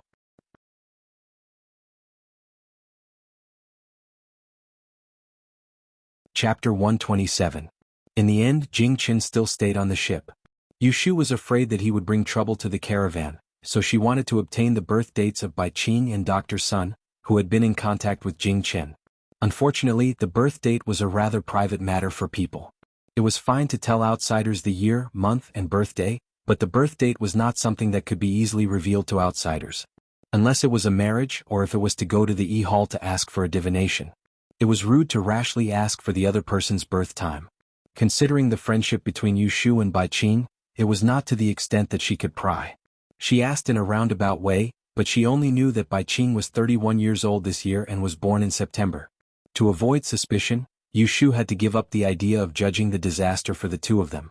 When she concentrated on looking at Yu Xiaoxiu's birth time, she would tell her own divination when she had nothing to do. Anyway, they were all on the same boat, so there should be some signs that something was going to happen. After Jing Chen woke up that night, he got out of bed in the middle of the night. The next day he was strictly ordered by Yu Shu to stay in bed. He was not in good spirits. Except for eating and drinking medicine, he slept the rest of the time. Just like that, 3 days passed. Jing Chen's voice showed no signs of recovery, and his memory was still blank. Yu Shu tried to induce him to recall what happened after he left Yang City, but to no avail. Fortunately, Jing Chen did not show excessive emotions because of the 2 heavy blows of amnesia and speechlessness. He very calmly accepted the reality, took medicine on time and obediently rested. There was no need for her to worry about him at all. The only thing that made Yu Shu embarrassed was that when Jing Chen was awake, he would always write on her hand and ask her about himself. It was clear that he did not care about amnesia. However, Yu Shu's understanding of Jing Chen was limited to the short 2 months in Yang City. She could not tell him much, and the secret that he was destined to offend Kidu Star was hard for her to say. She really could not bring herself to tell him that he was actually a jinx under such circumstances. She had to hide this part and told Jing Chen that he was a Taoist and went down the mountain to find someone. They met in Yang City. Later, when Jing Chen said goodbye to her and met him again, he became like this. She did not know what happened during this period. Jing Chen did not stay awake for long, so he did not ask many questions. But every day when he was awake, he would chat with Yu Shu. This morning, after Jing Chen took medicine, the two were chatting again. Jing Chen's slender fingertips were drawing on Yu Shu's palm. It was a little itchy. She focused on his strokes so she could not to laugh and retract her hand. Where are we going by ship? Jing Chen wrote very seriously. He was afraid that Yu Shu could not see clearly, so after he finished writing, he would ask with his eyes. We are going to the capital. Do you know the capital? Yu Shu had discovered in the past few days that Jing Chen could write and had some basic knowledge. There was nothing wrong with his IQ. It was just that he couldn't remember everything and everyone. Jing Chen shook his head, indicating that he did not know where the capital was. Because Yu Shu knew that he grew up in Longhu Mountain, he did not have much contact with the outside world, so she was not surprised by his ignorance. She patiently explained to him, the capital is where the emperor lives. Do you know the emperor? He is the most honorable person in the world. Jing Chen nodded. His fingers paused on her palm before he lowered his head and slowly wrote, Can I go with you?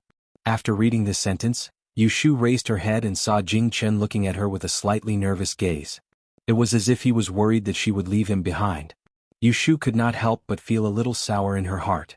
The current Jing Chen was not the Lone Ranger who could come and go as he pleased. He did not know where he came from, nor did he know where he should go. The only person he could trust was Yu Shu, who knew who he was. Although she did not show it, he still felt uneasy. Of course you have to go with me. Otherwise, where do you want to go? Yu Shu reached out and lightly hit Jing Chen's shoulder. Hearing this, Jing Chen's expression suddenly relaxed. He shook his head and wrote on her palm, I have nowhere to go, I want to go with you. Yu Shu turned her hand over and picked up his wrist. She patted his hand that was wrapped in gauze, then let's go to the capital together. There was a smile in Jing Chen's eyes. He happily looked at Yu Shu. His fingertips bent and gently held her palm. His fingertips touched her soft body temperature, making him feel at ease. After dinner, Yu Shu was decocting medicine for Jing Chen. Yu Xiaoxiu suddenly screamed in the room. Yu Shu fanned herself while looking into the room. She saw him hurriedly lifted the quilt on the bed, climbed up and touched it, and finally crawled under the bed. Xiaoxiu, what are you doing? Yu Xiaoku did not answer. After a while, he crawled out from under the bed, squatted on the ground, and said to Yu Shu with a sad face, Kim Bao is missing. Ah. Yu Shu's hand movement stopped, frowned and said, Weren't you feeding it during dinner? How can it disappear? I don't know, I just went downstairs to pee and came back to read a book for a while. It disappeared. Yu Shu immediately put down the fan and went into the room with Yu Xiaoxiu to look for it. In the end, they even looked under Jing Chen's bed, but there was still no trace of Kim Bao. Ever since Kim Bao left Yang City with the siblings, it had been very obedient, except for the fact that it liked to take Yu Xiaoxiu's clothes and grind its teeth. Other than trying to bite through Yu Shu's money bag several times, it did not do anything excessive. At first, Yu Shu and Yu Xiaoxiu would put it in a small bamboo cage. Later, when they saw that it had no intention of running away, they thought that it was cooked, so Yu Xiaoxiu didn't bother it anymore. When they slept, they just put it aside casually. When they woke up the next day, it was either sleeping next to Yu Xiaoxiu's pillow or nestling at Yu Shu's feet. But they didn't expect that the little thing would run away just after the siblings stopped worrying about it. They didn't have time to be angry. What Yu Shu and Yu Xiaoxiu were afraid was that it would be seen by other people on the boat and be killed as a mouse. The sound of them rummaging woke up Jing Chen, who was sleeping. He moved and turned his head to see Yu Shu coming out from under his bed. He was puzzled, so he knocked on the side of the bed twice to arouse Yu Shu's attention. Yu Shu heard it and looked up to see that Jing Chen was awake. She knew that they were too loud, so she apologized. Go back to sleep. The medicine hasn't healed yet. It's Kim Bao who disappeared. Let's look for it. Jing Chen knew what Kim Bao was. Everything he came into contact with now was new, so he didn't feel anything wrong when he saw the little thing raised by Yu Shu and Yu Xiaoxiu. Seeing Yu Shu's anxious figure, Jing Chen didn't want to sleep anymore. He wanted to help, so he sat up on the bed with his arm. The pain from the wound made him frown uncomfortably. He reached out to press his abdomen and raised his head. he saw a person standing at the door and said to Yushu with an ugly face, "Hey, your thing ran into my room." Yushu heard the voice and turned around. She saw Xia Mingming standing outside the door with her arms crossed and a fierce look. Knowing that she was talking about Kim Bao, Yushu quickly got up from the ground and followed Xia Mingming to her room with Yu Xiaoxiu. Under Xia Mingming's angry gaze, they took Kim Bao from her bed and were chased out of the room. The quilt that Kim Bao had been lying on was also thrown out. As soon as they returned to the room, Yushu rewarded Kim Bao with 2 bounces on its head and left it to Yu Xiaoxiu to educate. She turned around and saw Jing Qin sitting on the bed. She walked over and asked, "Are you thirsty?" Jing Qin shook his head and looked at the empty door with a confused expression. Following his gaze, Yushu looked at the door and said, "That's Xia Mingming. She lives next door. She spent money to hire a caravan to send her to the capital. She's on the same path as us. Don't be fooled by her bad temper. She's not a bad person." Jing Chen's lips moved, but he didn't make a sound. He wanted to tell Yushu that when he saw the person at the door, he had a strange feeling. He couldn't tell what it was, but he felt that it was very important. He raised his hand and wanted to signal Yushu to come over and write for her to see. But Yushu suddenly turned around and rushed to the door, screaming, "My medicine!" She laid on the stove and fanned the fire with a fan. She didn't see Jing Chen's action. Jing Chen looked at Yushu's busy back and hesitantly put down his hand. Suppressing the strange feeling, he slowly lay back on the bed. For the past few days, Yushu had been busy for him. Every day she woke up early and went to bed late. He had seen it all. Unless it was necessary, he didn't want to bother her with anything. He wanted to recover quickly so that she wouldn't be so tired. The boat traveled on the river for another 2 days and docked once. Yushu and Yu Xiaoxiu didn't get off the boat to stroll. They only asked Bai Qing to bring some fresh fruits back. Jing Chen's wound had scabbed. Dr. Sun allowed him to get off the bed and walk around. Only then did Yushu discover a very serious problem. Jing Chen only wore a pair of pants these days. Of course, Jing Chen couldn't wear Yu Xiaoxiu and Yushu's clothes. Yushu waited for Bai Qing to buy them back on the boat and then went to borrow clothes from him. Bai Qing readily gave her 2 sets of summer clothes to change into. To change into clean clothes, one must take a bath. These days when Jing Chen was lying on the bed, it was Yu Xiaoxiu who wiped his body. Although his body didn't smell, his hair hadn't been washed once. It was hard for Jing Chen to never say he felt uncomfortable. Yushu asked Bai Qing to borrow the wooden bucket for his bath. She spent some money to hire a boatman to carry it upstairs and had someone boil 2 buckets of hot water to bring up. Jing Chen had Yu Xiaoxiu's sweatshirt draped over him. He obediently sat by the bed and watched as Yushu and Yu Xiaoxiu carried buckets of water and poured water into the large wooden bucket. The gauze on his body had just been removed yesterday. Yu Xiaoxiu's clothes were too small. At this moment, his chest was bare and there was a hideous black scar on his lean abdomen. There were 3 more similar wounds on his back that he couldn't see. Yushu, who was adjusting the water temperature, raised her head and glanced at him. Her line of sight swept over the wound on his abdomen and she frowned. Jing Chen saw her looking at him, but he gently smiled at her. "The water is ready. Let Xiaoxiu bathe you. Be careful, the floor is slippery. If your wound hurts, immediately tell him." Yushu adjusted the water temperature, wiped her hands and said to Jing Chen. Jing Chen looked at her, then looked at the thin Yu Xiaoxiu. He shook his head and raised his hand to point at her. Yushu didn't understand, so she walked over and stretched out her hand, asking him to write on it. "Help me bathe." Jing Chen didn't know that Yushu was a girl. He made this request because he thought it would be more convenient for Yushu to bathe him. Although she knew that Jing Chen didn't mean anything else, Yushu couldn't help but blush. She glared at him and said angrily, "You wish." Then she left Jing Chen, who didn't know why he was scolded, and walked out of the room. Bang!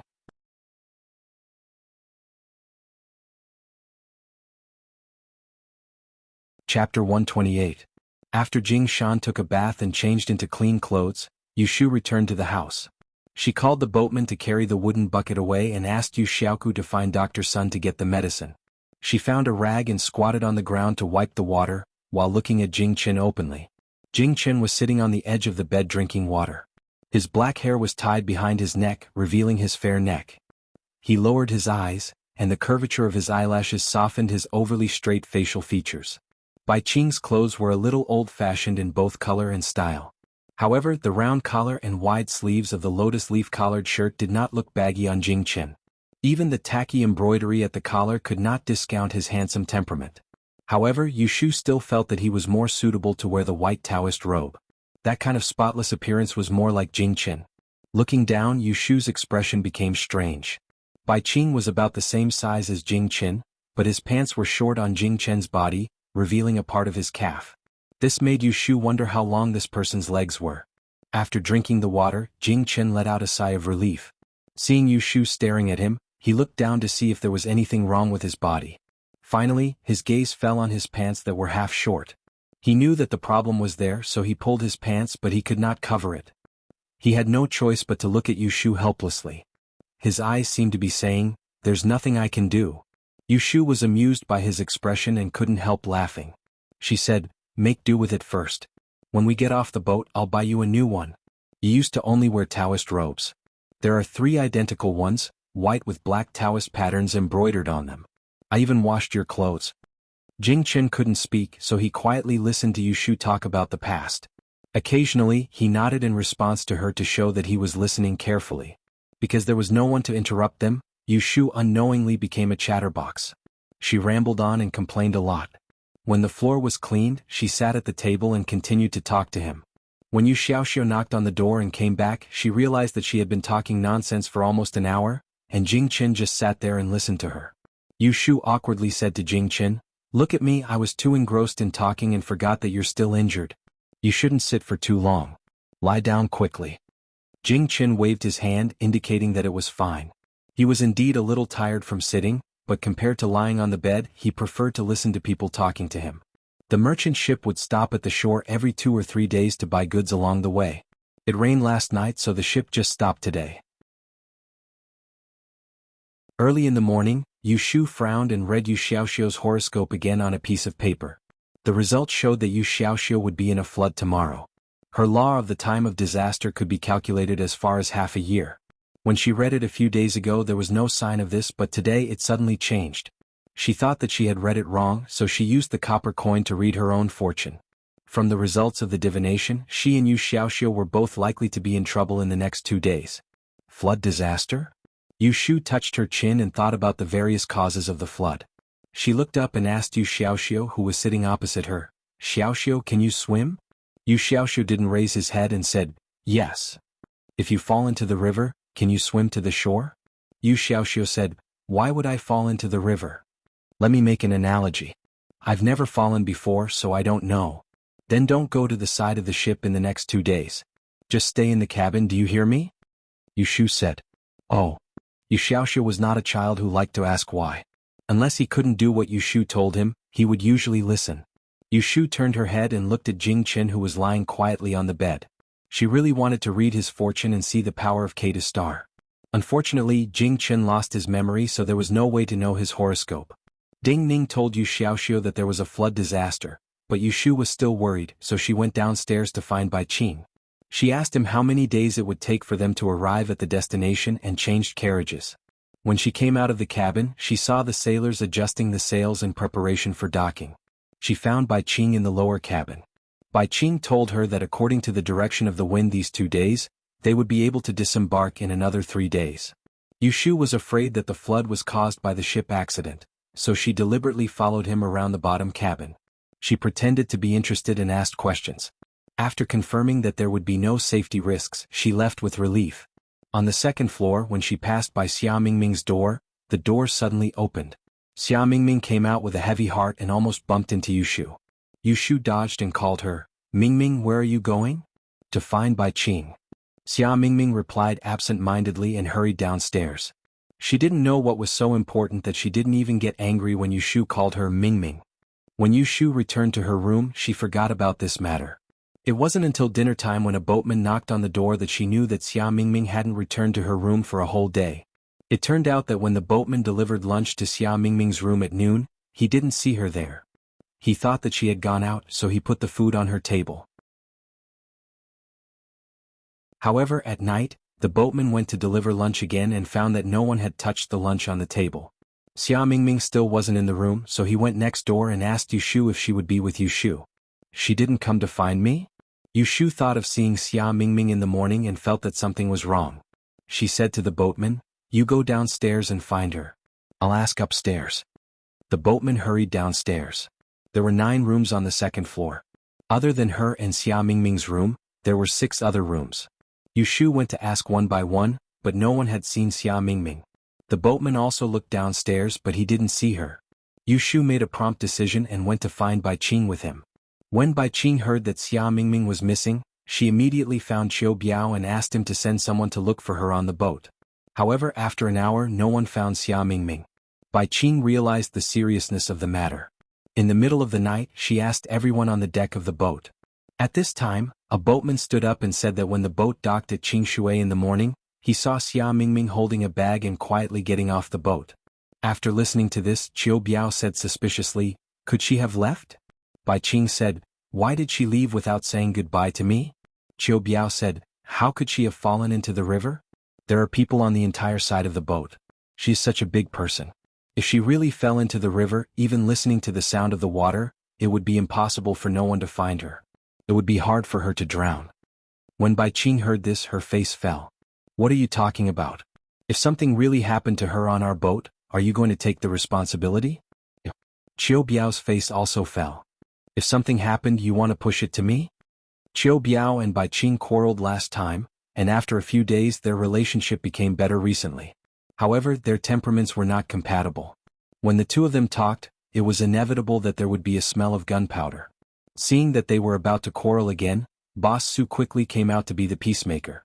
"Alright, both of you stop talking. Boss Bai is thinking about our Tihan's reputation. But what Ah Biao said makes sense. If someone really fell into the river, it would be impossible for no one to see her. Now that she is missing, she must have left. Didn't someone see her getting off the boat?" Qiu Biao said to Bai Qing, "Since Boss Su has said so, why? Do you want something to happen to someone on our boat before you are happy?" Bai Qing did not argue with him. She turned around and asked someone to check Xia Mingming's room. They found that her luggage was also missing. Only then did they confirm that she quietly left when they docked in the morning. Bai Qing dispersed the crowd. Those who should rest rested and those who should be busy went back to work. Yushu watched from the beginning to the end. She did not mention that she saw Xia Mingming in the morning.